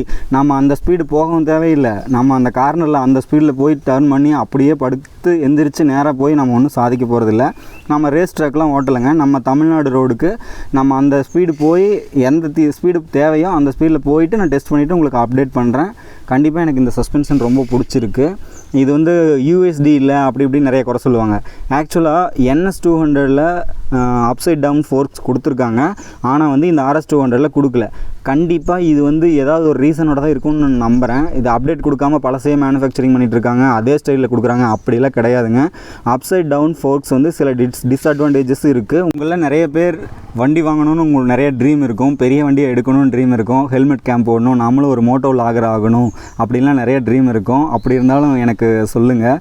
இந்த டெலிஸ்கோபிக் ஃபோர்க்ஸ் வேறு லெவலில் இருக்குது. பிரேக் அடித்தோம்னா அவ்வளோ சாஃப்டாக இருக்குது. எனக்கு அந்த மேடு பள்ளம் குழியிலாம் டிரைவிங் எபிலிட்டி ரொம்ப ரொம்ப சூப்பராக இருக்குது.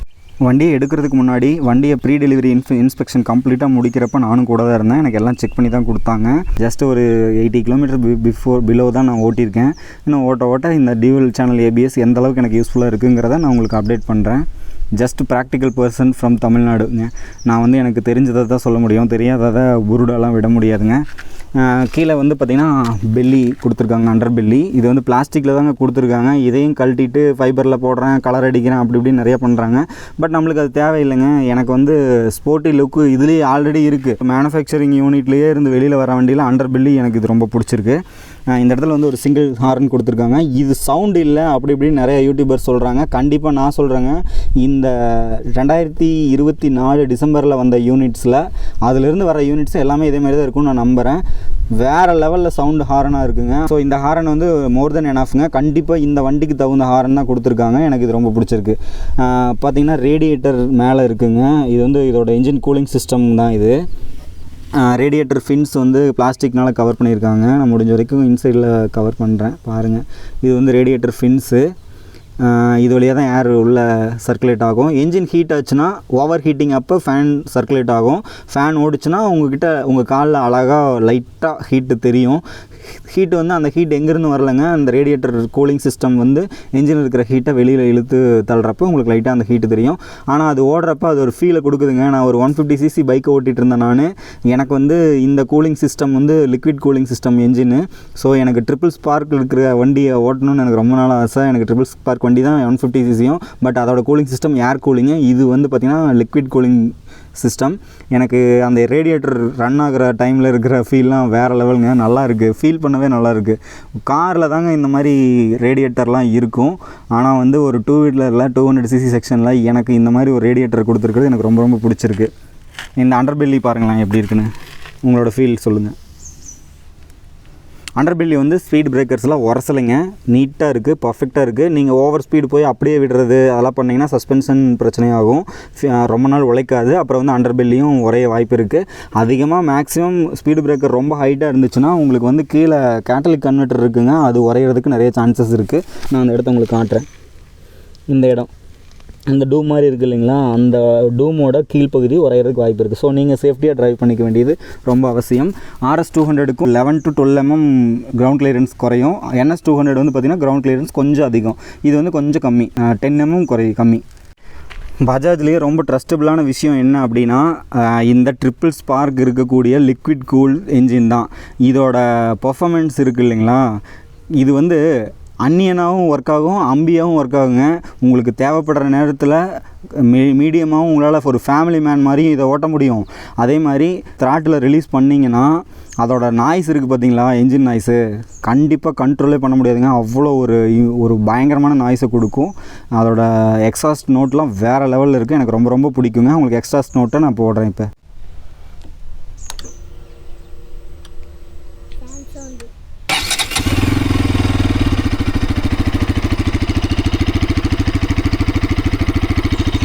நான் மைக்கை கீழே வச்சுட்டு எக்ஸலரேட் பண்ணுறேன்.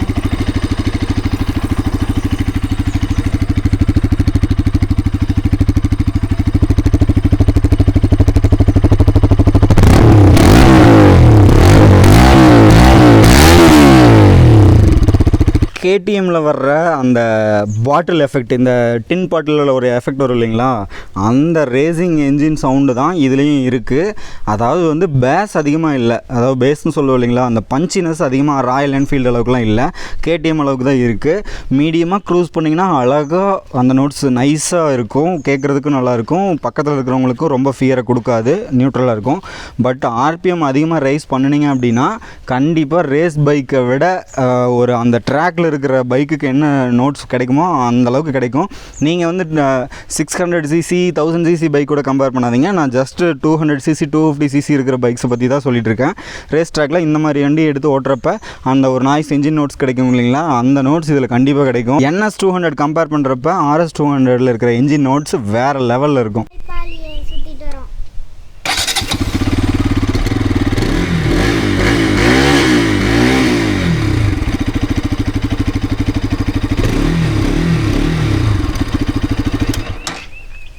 எனக்கு இந்த வண்டியிலேயே இந்த க்ரூசிங் சவுண்டில் அந்த 2000 to 4000 5000 6000 RPM வரைக்கும் வர அந்த சவுண்டு ரொம்ப மைல்டாகவும் பர்ஃபெக்டாகவும் மனசுக்கு ஏற்ற மாதிரி இருக்குது. ஆனால் அந்த 6000 RPMக்கு மேலே நம்ம கொடுக்குற அந்த RPM லெவல் நாய்ஸ் இருக்குது பார்த்தீங்களா, கண்டிப்பாக வந்து கொஞ்சம் ஃபியராக தாங்க இருக்குது. என்னால் வண்டி எடுக்கிறப்பவே நான் வந்து வண்டி ஓட்டுறதுக்கு பயந்த ஆள்லாம் கிடையாது, என்னாலையும் எல்லா ஸ்பீடையும் அச்சீவ் பண்ண முடியும். நம்மளுக்கு அது தேவையில்லை, அது நம்மளுக்கும் நம்மளை சுற்றி இருக்கிறவங்களுக்கும் ரொம்ப பாதிப்பு ஏற்படுத்துங்கிறதுனால நான் அவாய்ட் பண்ணணும்னு நான் சொல்கிறேன். நெக்ஸ்ட்டு வந்து ஃபியூலு. இந்த வண்டி வந்து 12 லிட்டர் கெப்பாசிட்டிங்க.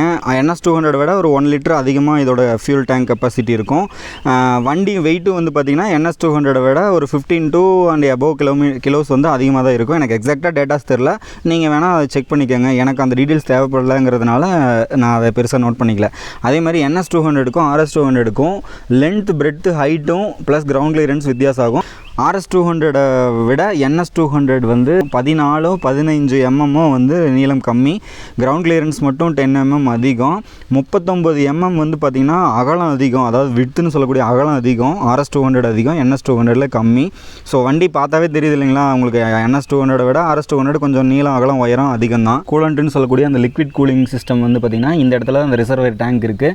இதில் அந்த மினிமம் மேக்ஸிமம்ங்கிற லெவல் பார்த்திங்கன்னா இந்த இடத்துல இருந்து பார்த்தீங்கன்னா உங்களுக்கு அந்த மினிமம் மேக்ஸிமம் லெவல் தெரியும். ஸோ நீங்கள் கூலண்ட் ரெகுலராக செக் பண்ணிக்கலாம். வண்டியில் ஈஸியாக கூலண்ட் மெயின்டைன் பண்ணுறதுக்கும் இந்த இடம் ரொம்ப யூஸ்ஃபுல்லாக இருக்கும். அதே மாதிரி இக்னிஷன் சுவிட்சை ஆன் பண்ணிவிட்டு நீங்கள் ஜஸ்ட்டு இந்த சுவிட்ச் இருக்கு இல்லைங்களா, இன்ஜின் கில் சுவிட்சு, இதை ஆன் பண்ணிங்கனாவே அந்த ஃபியூல் பம்புன்னு சொல்லக்கூடிய அந்த டேங்க்குள்ளே இருக்கிற மோட்டர் வந்து ரன் ஆகும். ஜஸ்ட் ஒரு 1 or 2 செகண்டோ 3 செகண்ட் வரைக்கும் ரன் ஆகும். அந்த ஃபீல் உங்களுக்கு நல்லாயிருக்கும். RS200ல வந்து பார்த்திங்கன்னா கிக்கர் கிடையாதுங்க. ஆக்சுவலாக எனக்கு வந்து 150cc ஓட்டிகிட்டு இருந்தப்போ பல்சர் 150ccல கிக்கர் இருக்கும், செல்ஃப் ஸ்டார்ட் இருக்கும், எல்லாமே இருக்கும். எனக்கு அந்த வண்டியிலேயே வந்து பார்த்திங்கன்னா டயர்ஸ் கொஞ்சம் அதோட திக்னஸ் குறைய அதாவது தேய அண்டர்பெல்லி சைடு வந்து பார்த்திங்கன்னா கண்டிப்பாக உறைஞ்சிது ஸ்பீடு பிரேக்கர்ஸில். ஸோ இந்த வண்டியையும் நம்ம டயர்ஸ்லாம் வந்து கொஞ்சம் மெயின்டைன் பண்ணிக்கணுங்க. எப்படின்னா ஏர் ப்ரெஷர் கரெக்டாக மெயின்டைன் பண்ணிக்கணும். அப்போ தான் நம்ம வந்து கிரவுண்ட் கிளியரன்ஸ் கரெக்டாக மெயின்டைன் ஆகும், ஸ்பீடு பிரேக்கர்ஸ்லாம் உரசாது. இதில் கிக்கர் இல்லாதது ஒரு குறை தான். பட் என்ன பண்ணுறது, இப்போ வர வண்டி எல்லாமே அப்படி தான் வருது. பஜாஜும் அதுக்கு தகுந்த மாதிரி கிக்கர் இல்லாமல் தான் வண்டி வடிவமைச்சிருக்காங்க. பேட்டரி டவுன் ஆச்சுன்னா அந்த பிரச்சனை வரும். என்னென்னா கிக்கர் இல்லாமல் எப்படி வண்டி ஸ்டார்ட் பண்ணுறதுங்கிறதுக்கு அதுக்கும் ஏதாவது ஒரு ஷார்ட்கட்ஸ் இருக்குது இல்லைங்களா, நம்ம அது மூலிமா டோ பண்ணியோ இல்லை ஏதோ ஒரு மெத்தட் யூஸ் பண்ணியோ வண்டி ஸ்டார்ட் கூட பண்ண முடியும். டோனர் வச்சு கூட வண்டி ஸ்டார்ட் பண்ணலாம். ஸோ அந்த நிலமை நம்மளுக்கு வராது. நீங்கள் ரெகுலர் சர்வீசஸ் பண்ணுறப்போ அடிக்கடி பண்ணுறோம் இல்லைங்களா, அந்த டைம்லேயே வந்து பேட்டரியும் டெஸ்ட் பண்ணிக்கணும். அது ஆத்தரைஸ்டு சர்வீஸ் சென்டரில் பண்ணுவாங்கன்னு நம்புகிறேன். ரியர் சைடில் பார்த்திங்கன்னா இந்த ரிசர்வாயர் இருக்குது, டிஸ்க் பிரேக்கோட ரிசர்வாயர். இதுலேயும் வந்து ஆயில் லெவல்ஸ் மினிமம் மேக்ஸிமம் போட்டிருக்காங்க. நம்ம இதில் வந்துட்டு ஆயில் லெவல் கரெக்டாக மெயின்டைன் ஆகுதான்னு செக் பண்ணிக்கலாம். ரியர் சைடு சஸ்பென்ஷன் பார்த்திங்கன்னா ரொம்ப ப்ளஷியாகவும் கிடையாது, ரொம்ப ஸ்டிஃபாகவும் கிடையாது. அது ஒரு மாதிரி ஆவரேஜாக சூப்பராக இருக்குது. நான் டபுள்ஸ் வச்சு ஓட்டி பார்த்துட்டேன். அம்மா பின்னாடி உட்காந்தாங்க. எனக்கு அது வந்து ரொம்ப ரொம்ப ஃபீல் நல்லா தான் கொடுக்குது. எனக்கு ரொம்ப ஹார்டாலாம் தெரியல. உட்காந்து ஓட்டுற பொசிஷன் வேறு லெவலுங்க. நீங்கள் ஒரு நாள் எடுத்து இந்த வண்டியை ட்ரையல் பாருங்கள். உங்களுக்கு சான்ஸ் கிடைச்சதுன்னா லோக்கல் பஜாஜ் ஷோரூமை கான்டாக்ட் பண்ணுங்கள். சைட்லேயும் பார்த்தீங்கன்னா டியூப்லெஸ் டயர் தான் கொடுத்துருக்காங்க. இதோட செக்ஷன் பார்த்தீங்கன்னா 130/70 17 இன்ச்சு. ஸோ வந்து இந்த டயரும் வந்து MRFல தான் கொடுத்துருக்காங்க. இதோட பர்ஃபார்மன்ஸும் எனக்கு ரொம்ப இப்போதைக்கு பிடிச்சிருக்கு. இது வந்து குறையெல்லாம் நான் சொல்ல முடியாதுங்க. MRFங்கிற கம்பெனியை போட்டு ஒரு ஷோரூம்லேருந்து வண்டி ரிலீஸ் பண்ணியிருக்காங்க. இது எனக்கு ரேடியல் டயர் இல்லை, ரேடியல் டயர் தான் பர்ஃபார்மன்ஸ் நல்லாயிருக்கும், இதில் வந்து பெர்ஃபார்மன்ஸ் கம்மி அப்படிலாம் எனக்கு கிடையாதுங்க. எனக்கு அப்படி தெரியல. நிறைய யூடியூபர்ஸ் இந்த டயலாகே தான் யூஸ் பண்ணிகிட்டு இருக்காங்க. எனக்கு தெரிஞ்சு ரேடியல் டயர் கொடுக்கல அப்படின்ட்டு இருக்கு. எனக்கு வந்து நார்மல் யூசேஜுக்கு, நம்ம டிராஃபிக் சிக்னல்ஸ்க்கு, நம்ம டிராஃபிக் கண்டிஷன்ஸ்க்கு, நம்ம ஊரில் ஓட்டுற கண்டிஷன்ஸ்க்கு கண்டிப்பாக எனக்கு இந்த டயர் போதுங்கிற லெவலை விட அதிகமாகவே தான் இருக்குது. ரியர் டிஸ்க் பிரேக் பார்த்தீங்கன்னா ஃப்ரண்ட்டை விட ஒரு ஹாஃப் தாங்க. எப்படின்னா ஃப்ரண்ட்டில் பிடிச்ச உடனே நிற்கும், ரியரில் பிடிச்சிங்கன்னா கொஞ்சம் பவர் அதிகமாக நீங்கள் ப்ரெஸ் பண்ணுற மாதிரி இருக்கும். ஸோ நீங்கள் வண்டி டிரைவ் பண்ணுறப்ப எந்த வண்டியாக இருந்தாலும் ஃப்ரண்ட்டும் ரியரும் சேர்த்து யூஸ் பண்ணுங்கள். ஸோ வண்டியோட பிரேக் பேட்ஸோட லைஃப் டைமும் கொஞ்சம் இன்க்ரீஸ் ஆகும், வண்டியும் பர்ஃபெக்டாக நிற்கும். ஸோ உங்களுக்கு கண்ட்ரோல் நல்லா கிடைக்கும். வண்டியோட ஃப்ரேம் வந்து பார்த்திங்கன்னா ரொம்ப ஸ்டர்டியாக இருக்குங்க. ஸோ இந்த வண்டி 200cc தகுந்த இந்த ஃப்ரேம்க்கு வந்து ரொம்ப ரொம்ப சூப்பராக இருக்குது. எனக்கு பிடிச்சிருக்கு. டெக்னிக்கலான டேர்ம்ஸ் எதுவும் சொல்லலைன்னு எனக்கு தப்பாக நினச்சிக்காதீங்க. எனக்கு வந்து நான் வந்து ஒரு ஐடி டிபார்ட்மெண்ட்டை சேர்ந்தவன். எனக்கும் மெக்கானிக்கல் டிபார்ட்மெண்ட்டுக்கு ரொம்ப லென்த்து அது ஜாஸ்தி. ஸோ வந்து எனக்கு தெரிஞ்ச டீட்டெயில்ஸ் வச்சு தான் நான் பேசிகிட்டு இருக்கேன். அப்புறம் வந்து பார்த்திங்கன்னா இந்த பிளாஸ்டிக் பில்டு குவாலிட்டிலாம் எப்படி இருக்குன்னு இடையில பேசியிருந்தேன் இல்லைங்களா, நான் சொல்கிறேன் பாருங்கள். இது வந்து ஃபுல்லாக மெட்டலுங்க. இன்சைடு இந்த டயரோட கவர் இருக்குல்ல பார்த்தீங்களா, இது வந்து பார்த்திங்கன்னா ABS பிளாஸ்டிக்ஸ் மாதிரி பிளாஸ்டிக் தான். இது நல்லாயிருக்கு. இதில் வந்து மேட் ஃபினிஷ் தான் கொடுத்துருக்காங்க. இதில் இன்சைடர்ஸ்லாம் பார்த்திங்கன்னா இந்த இதுக்குள்ளே வர உள்ள இன்சைட் பார்ட்ஸ்லாம் பார்த்திங்கன்னா மெட்டலில் தாங்க இதை மவுண்ட் பண்ணியிருக்காங்க. ஸோ இது வந்து ரொம்ப ஸ்ட்ராங்காக தான் இருக்குது.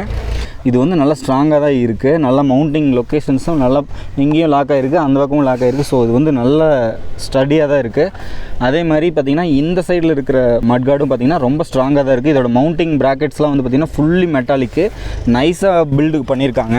இங்கே பார்த்திங்கன்னா இங்கேருந்து வரும். ஸோ இது வந்து நல்லா கவர் ஆகிருக்கு. ஒன் சைடு தான் கவர் ஆகிருக்கு. பட் வந்து பயங்கர ஸ்ட்ராங்கு, என்னால் தள்ளவே முடியல. நல்லா ஸ்ட்ராங்காக தான் இருக்குது. டிராக்டர்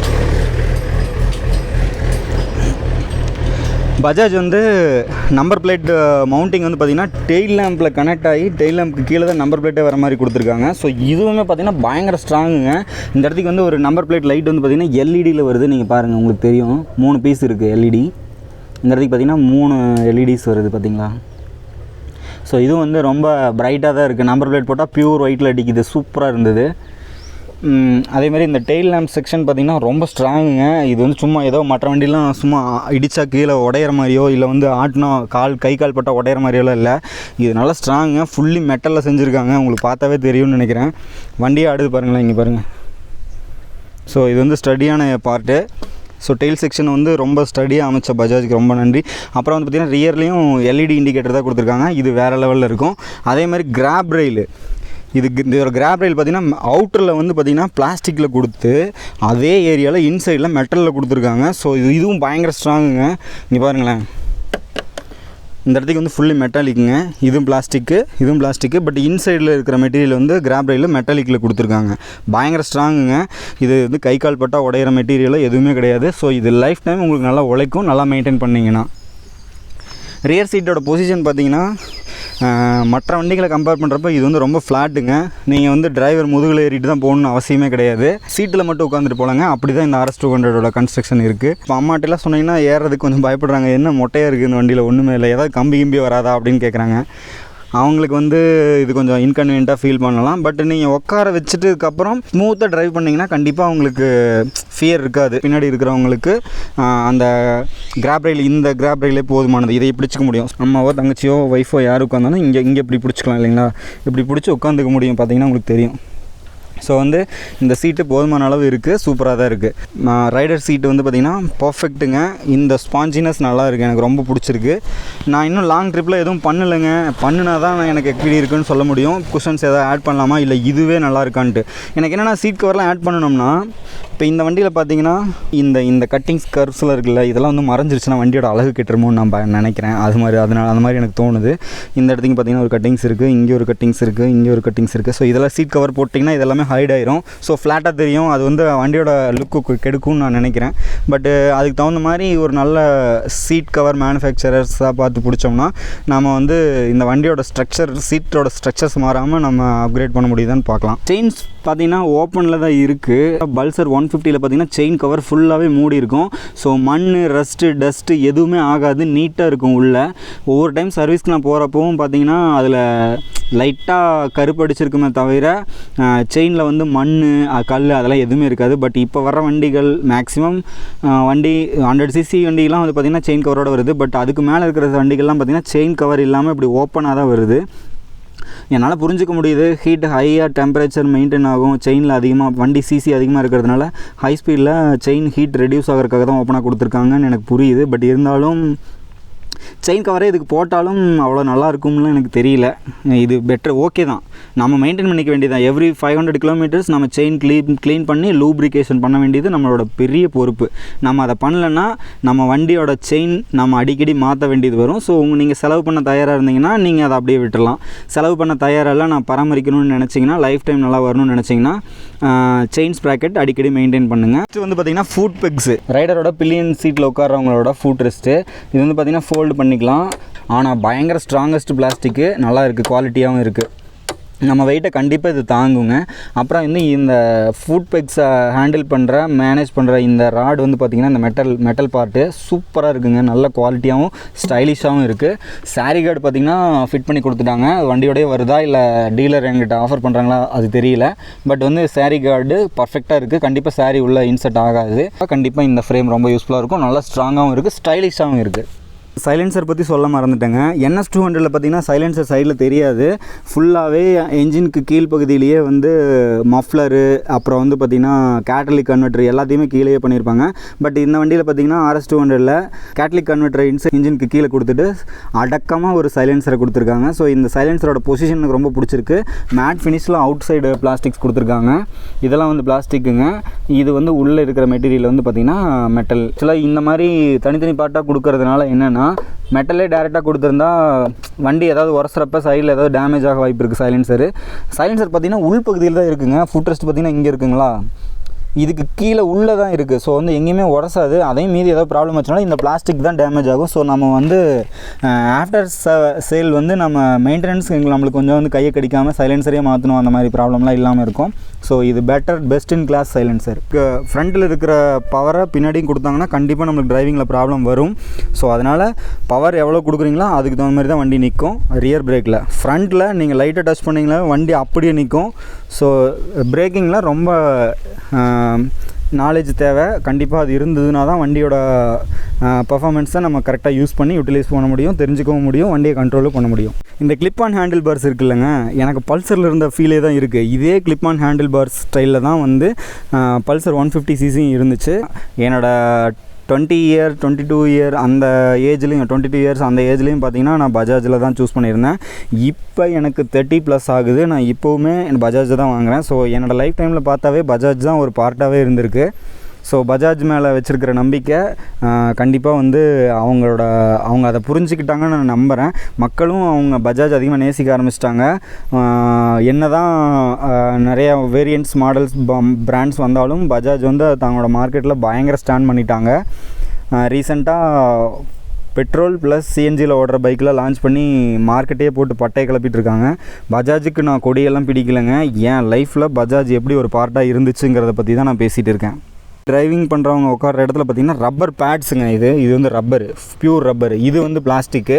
இது வந்து இந்த டெக்ஸ்சரில் கொடுத்துருக்காங்க. இந்த கார்லாம் வரும் இல்லைங்களா, ஒரு டைமண்ட் ஃபினிஷ் மாதிரி அது கொடுத்துருக்காங்க. டேங்க் வந்து ஷைனிங் கிளாஸில் இருக்குது. இது பல்சருங்கிற லோகோ. இந்த பேடு பார்த்திங்கன்னா ஒரு ரப்பருங்க, பயங்கர கிரிப்பு. ஆக்சுவலாக இந்த டேங்க் கவர் போட்டதுக்கப்புறம் பார்த்திங்கன்னா இந்த கிரிப்பு வந்து எனக்கு டிரைவருக்கு கொஞ்சம் அஃபெக்ட் ஆகும் இல்லைங்களா. இந்த கிரிப்பு வந்து கொடுக்கறது இந்த டேங்க் கவர் கொடுக்காது. ஸோ இது கொஞ்சம் டிஸ்அட்வான்டேஜ் தான். பட் இருந்தாலும் எனக்கு டேங்கை ப்ரொடெக்ட் பண்ணுறதுக்கு எனக்கு வேறு ஆப்ஷன் கிடையாதுங்கிறதுனால அந்த போட்டிருக்கேன் டேங்க் கவர். ஸோ இந்த ரப்பர் பேடு இந்த பக்கம் வரைக்கும் வருது, இது வரைக்கும் வருது. உங்களுக்கு சவுண்டு கேட்கும்னு நினைக்கிறேன்.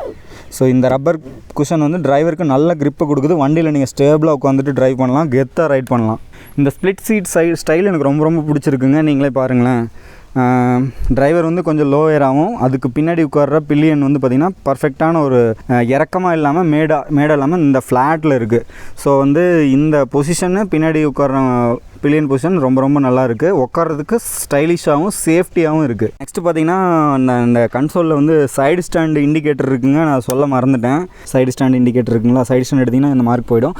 அது மட்டும் இல்லாமல் கியர்லேயே நீங்கள் ஸ்டார்ட் பண்ணலாம். கிளச்சை பிடிச்சு செல்ஃப் போட்டிங்கன்னா ஸ்டார்ட் ஆகிடும். ஃபஸ்ட்டு கியரில் வச்சுட்டு சைடு ஸ்டாண்டை போட்டிங்கனாலும் வண்டி ஆஃப் ஆகிடும். ஸோ கியரில் வச்சு நீங்கள் வண்டி எதுவும் பண்ண முடியாது, மூவ் பண்ண முடியாது. எனக்கு தெரிஞ்சது எல்லாருக்கும் தெரியணுங்கிறதுக்காக தாங்க நான் இவ்வளோ இன்ஃபர்மேஷன் கொடுத்துட்டு இருக்கேன். இதில் எனக்கு தெரிஞ்ச விஷயங்களை விட நிறைய பேருக்கு பல மடங்கு பல விஷயங்கள் தெரிஞ்சிருக்கலாம். பட் வந்து நான் தெரியாதவங்களுக்காக தான் பேசிகிட்டு இருக்கேன். ஸோ வந்து இதை பற்றி இந்த இன்ஃபர்மேஷன் தெரியாதவங்க தெரிஞ்சுக்கோங்க. ஆக்சுவலாக எந்த கியரில் இருந்தாலும் வண்டியை ஸ்டார்ட் பண்ண முடியும். சைடு ஸ்டாண்டில் இருந்தால் வண்டி ஸ்டார்ட் பண்ண முடியாது. நியூட்ரலில் வச்சுட்டு சைடு ஸ்டாண்ட் போட்டு வண்டியை ஸ்டார்ட் பண்ணிங்கன்னா RS 200 ஸ்டார்ட் ஆகும். பட் இன்கேஸ் நீங்கள் கியரை சைடு ஸ்டாண்டை போட்டுக்கிட்டே ஃபஸ்ட்டு கியரை கிளச்சை பிடிச்சி போட்டிங்கன்னா வண்டி ஆஃப் ஆகிடும். இந்த சிஸ்டம் வந்து நல்லாயிருக்கு. இந்தியன் பீப்புள்ஸ் பண்ணுற மேஜர் மிஸ்டேக் சைடு ஸ்டாண்டோட வண்டி ஓட்டுறது. ஸோ அதை அவாய்ட் பண்ணுறதுக்காக பஜாஜ் எடுத்துருக்கிற இந்த ஃபீச்சர் வேறு லெவல். இது வந்து ஒரு சேஃப்டி ஃபீச்சர்னே சொல்லுவேன். நிறைய பேருக்கு இது யூஸ் ஆகும். நெக்ஸ்ட் வந்து ஃப்ரண்ட் நம்பர் பிளேட்டு ஃப்ரேமுங்க. இந்த ஃப்ரண்ட்டு சைடு மிரர்ஸில் தான் இந்த நம்பர் பிளேட் ஃப்ரேம் இருக்குது. ஸோ இதிலேருந்து ரைஸ் ஆகி இங்கே மடங்கி இந்த இடத்துக்கு வந்து மறுபடியும் ஜாயிண்ட் ஆகுது. ஸோ இந்த 2 போல்ட்டில் தான் LNK போல்ட்டில் தான் இந்த நம்பர் பிளேட் ஃப்ரேம் நிற்கிது. எனக்கு இந்த பொசிஷனும் ரொம்ப பிடிச்சிருக்கு, நல்லாயிருக்கு. ஒரு சினிமேட்டிக் வியூ கொடுக்குறேன். இதுக்கப்புறம் நான் இந்த ரிவ்யூவை முடிச்சுக்கிறேங்க. நீங்கள் எனக்கு கொடுக்குற மோட்டிவேஷனை பொறுத்து மோட்டோ லாகிங் போடலாங்கிற ஐடியா இன்ட்ரெஸ்ட்டு எனக்கு இருக்குது. நான் வந்து ஒர்க் பண்ணுறேன். என்னோடய ஒர்க் போக அந்த டைம்லாம் முடிஞ்சதுக்கப்புறம் ஃப்ரீ டைமில் தான் நான் இந்த வீடியோவை எடுத்திருக்கேன். இது பெரிய எஃபோர்ட்லாம் கிடையாது. எனக்கு தெரிஞ்ச விஷயங்கள் எல்லாருக்கும் தெரிய வரணும். RS 200 is not a machine, it is emotion.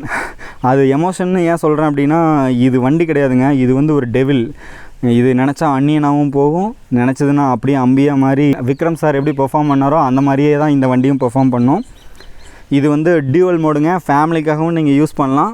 3 பேர் இருக்கிறவங்களுக்கு கொஞ்சம் கஷ்டம்தான். ஹஸ்பண்ட் அண்ட் ஒய்ஃப் இதில் ஈஸியாக போகலாங்க. ஒரு வேளை பார்ன் பேபியாக இருந்துச்சுன்னா, பேபி ஒரு 5 இயர்ஸ் வர்ற வரைக்கும், ஈவன் 6 இயர்ஸ் வர வரைக்கும் நீங்கள் கண்டிப்பாக இந்த வண்டியில் நீங்கள் டிரைவ் போகலாம். ஈவன் ட்ரிபிள்ஸும் போகலாம். பட் ட்ரிபிள்ஸ் வந்து லீகல் கிடையாது. ஸோ ஆஸ் பர் ரெகுலேஷன்ஸ் நம்ம ட்ரிபிள்ஸ் போகிறது தப்பு. நீங்கள் ஏதாவது எமர்ஜென்சி லோக்கலில் தான் போகிறேன், ஃபேமிலியோடு தான் போயாகணும் அப்படிங்கிறப்ப நம்ம தமிழ் பீப்புள்ஸ் ஈவன் இந்தியா ஃபுல்லாகவும் இருக்கிறவங்க ட்ரிபிள்ஸ் போக தான் செய்கிறாங்க. அது நம்ம ஃபேமிலி மெம்பராக இருந்தால் தவிர்க்க முடியாத பட்சத்தில் போகலாம். பட் போலீஸஸ் நம்மளை எதுவும் தொந்தரவு பண்ண மாட்டாங்க. ஆனால் பசங்க பண்ணுற மாதிரி 3 பேர் 4 பேர் ஏறிட்டு போகிறதெல்லாம் ரொம்ப தப்புங்க. அப்படி பண்ணாதீங்க. ஈவன் பில்லியன் ரைடர்ஸ் கூட ஹெல்மெட் போடணுன்னு ரூல்ஸ் இருக்குது. ஹெல்மெட்டுக்கு நீங்கள் ஃபைன் கட்டுறதுக்கு பதிலாக நீங்கள் அதை சேஃப்டியாக 2 பேர் மட்டும் போகலாம். ஹெல்மெட்டையே வாங்கிட்டு போயிடலாம் அந்த அமௌண்ட்டுக்கு. ஒரு ஷார்ட் ட்ரிப் போயிட்டு வரேன். இது வந்து தங்கச்சியோட குழந்தை இருக்குது. நான் அவங்கள வச்சு எடுக்க சொல்கிறேன். அவங்க முடிஞ்ச வரைக்கும் ஷூட் பண்ணுவாங்க. வீடியோ ஷேக் இருந்தாலோ எது இருந்தாலோ மன்னிச்சிருங்க, சாரி. ஓகேவா? ஆனில் தான் கால் 2 கால் நல்லா எட்டுது.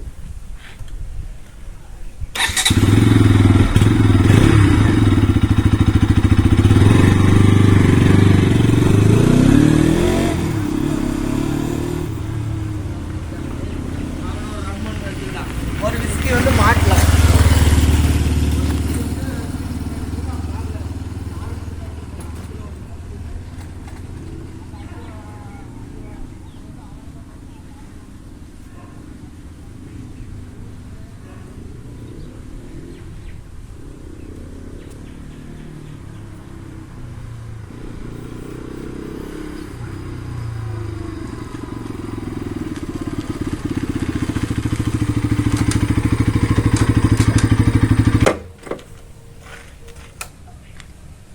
ஆக்சுவலாக நான் இதை சொல்லி ஆகணும். என்னென்னா வண்டி ஓட்டுறப்ப வந்து பார்த்திங்கன்னா ஃபர்ஸ்ட் கியர், செகண்ட் கியர் ஷிஃப்டிங்லாம் வந்து இந்த நியூட்ரல் ஆகிறது, ஃபால்ஸ் நியூட்ரல் விழுகிறது, அந்த வாய்ப்பெல்லாம் இந்த வண்டியில் கிடையவே கிடையாது.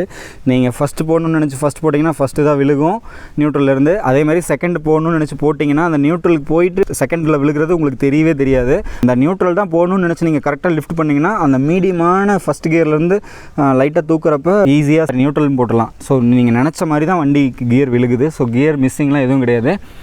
கியர் வந்து கிளங்கியாக இருக்குது, சடக்குன்னு விழுகுது அப்படின்லாம் நிறைய யூடியூபர்ஸ் சொல்கிறாங்க. ஏங்க பைக்கு கியர்ஸ் வந்து எல்லா வண்டியிலையுமே கியர் போட்டால் எப்படி விழுகுமோ அப்படி தாங்க விழுகும். சடக்குன்னு விழுகுது, கிளங்கியாக இருக்குது அப்படிங்கிறதுலாம் எதுவும் கிடையாது. ஸோ வண்டியிலலாம் வந்து சாஃப்டாக இருக்குதுன்னு சொல்கிறாங்க. நான் அந்த வண்டியெலாம் தான் ஓட்டி பார்த்துட்டேங்க. அதுலேயும் வந்து ரொம்ப சாஃப்டாலாம் கிடையாதுங்க. அதுலேயும் சடக்குன்னு சத்தம் வர தான் செய்யுது. இது கொஞ்சம் வெளியில் கேட்குது, அதுக்கு சத்தம் கேட்காம காலுக்கு மட்டும் ஃபீலிங்கை கொடுக்குது.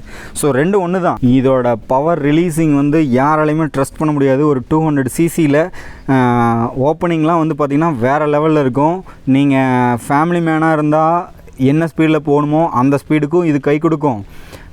லோ அண்ட் மிட் ரேஞ்சுன்னு சொல்லுவோம் இல்லைங்களா, அது வந்து நீங்கள் உங்கள் கைக்குள்ளே வச்சுருக்கலாம். வேணுங்கிறப்ப ஃபுல்லாக ரேஸ் பண்ணி அதோட ஆர்பிஎம் இன்க்ரீஸ் பண்ணி அதோட பவரை எடுக்கவும் முடியும். ரிலீஸிங் வந்து நீங்கள் நினச்சி பார்க்கணும், பேய் மாதிரி போகுங்க இந்த வண்டி. நான் வந்து அதை டெமோவில் மட்டும்தான் பார்த்தேன். இப்போ எனக்கு இந்த RS 200 என்ன மைலேஜ் கொடுக்குதுன்னு எனக்கு இன்னும் தெரியாது. IIM sorry. பட் வந்து நான் சூன் இந்த வண்டி எவ்வளோ மைலேஜ் எனக்கு கொடுக்குது பர் லிட்டருங்கிறத நான் அப்டேட் பண்ணுறேன். ஃபஸ்ட்டு சர்வீஸ் நான் கம்ப்ளீட் பண்ணிவிட்டு உங்களுக்கு அந்த டீட்டெயில் ப்ராப்பர் டேட்டாவோடு நான் கொடுக்குறேன். ஃபியூல் இன்ஜெக்டட் சிஸ்டம்ங்க இது எல்லாமே. முதலெல்லாம் கார்பரேட்டர் மாடல்ஸ் தான் வண்டி வந்துட்டு இருந்தது. பட் இப்போல்லாம் பார்த்திங்கன்னா ஃபியூல் இன்ஜெக்டடு, ஃபியூல் பம்ப்பு. ஸோ நிறைய விஷயங்கள் காரில் இருக்கிற வேண்டிய விஷயங்கள் எல்லாம் பைக்கு கொண்டு வந்துட்டாங்க. ஸோ FI வந்து நல்ல விஷயம் தான். பட் வந்து மெயின்டெனன்ஸ் அதிகம் கேட்கும். ஒன்ஸ் ஃபியூல் இன்ஜெக்ஷன் ஃபெயில் ஆகிடுச்சுன்னா ஃபியூல் இன்ஜெக்டரோட காஸ்ட் ரொம்ப அதிகமாக இருக்கும். முதல்ல இருந்த கார்பரேட்டர் சிஸ்டமில் இந்த மாதிரி ஃபியூல் இன்ஜெக்ஷன்லாம் இல்லாததுனால ஸோ இதில் வந்து மெயின்டெனன்ஸ் கொஞ்சம் பக்காவாக இருக்கணும். ஃபியூல் இன்ஜெக்ஷன் சிஸ்டம் ஃபெயிலியர் ஆகாத அளவுக்கு நம்ம வண்டியை வச்சுக்க வேண்டியது நம்ம பொறுப்பு. அப்புறம் ஃபியூல் பம்ப் வந்து பார்த்திங்கன்னா 3 லிட்டர் மினிமம் வச்சுருக்கணும்னு சொல்லி அதில் ஸ்டிக்கர் ஒட்டியிருக்காங்க. ஃப்ரண்ட்டில் நீங்கள் பார்த்துருப்பீங்க இந்த இடத்துல. ஸோ 3 லிட்டர் நம்ம வச்சுருக்க வேண்டியது நம்ம பொறுப்பு. நம்ம வந்து அந்த 1.5 லிட்டர் 1 லிட்டரில் வச்சு வண்டி ஓட்டணும்னா ஃபியூல் பம்ப் வந்து போயிடுச்சுன்னா அதுக்கும் நம்ம thousands செலவாக தான் செய்யும்.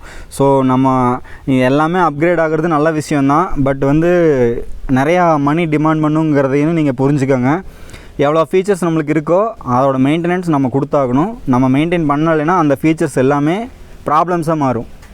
இதில் வந்து ப்ளூடூத் கிடையாது, டர்ன் பை டர்ன் நேவிகேஷன் கிடையாது. இதெல்லாம் எனக்கு ஒரு ப்ராப்ளமே கிடையாது. எனக்கு அந்த வண்டியிலேருந்து அந்த விஷயங்கள்லாம் எனக்கு தேவைப்படாது. ஏன்னா என் மொபைலில் ப்ளூடூத் இருக்குது, என் மொபைல்லே நேவிகேஷன் சிஸ்டம் இருக்குது. Just mobile holder will do everything.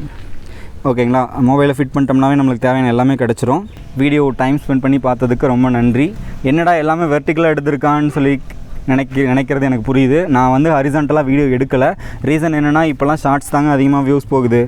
கஷ்டப்பட்டு நம்ம வீடியோ ஷூட் பண்ணி 20 minutes 30 minutes நம்ம ஷூட் பண்ணி நம்ம ஹரிசான்டலாக ஃபுல் வீடியோவாக போட்டோம்னா கண்டிப்பாக வந்து வியூஸ் கம்மியாக தான் வருது. நம்ம வியூஸ் கிடைக்கணுங்கிறக்காக நம்ம இந்த வீடியோ போடல. நம்ம சொல்கிற இன்ஃபர்மேஷன் எத்தனை பேருக்கு ரீச் ஆகுதுங்கிறது தாங்க முக்கியம்.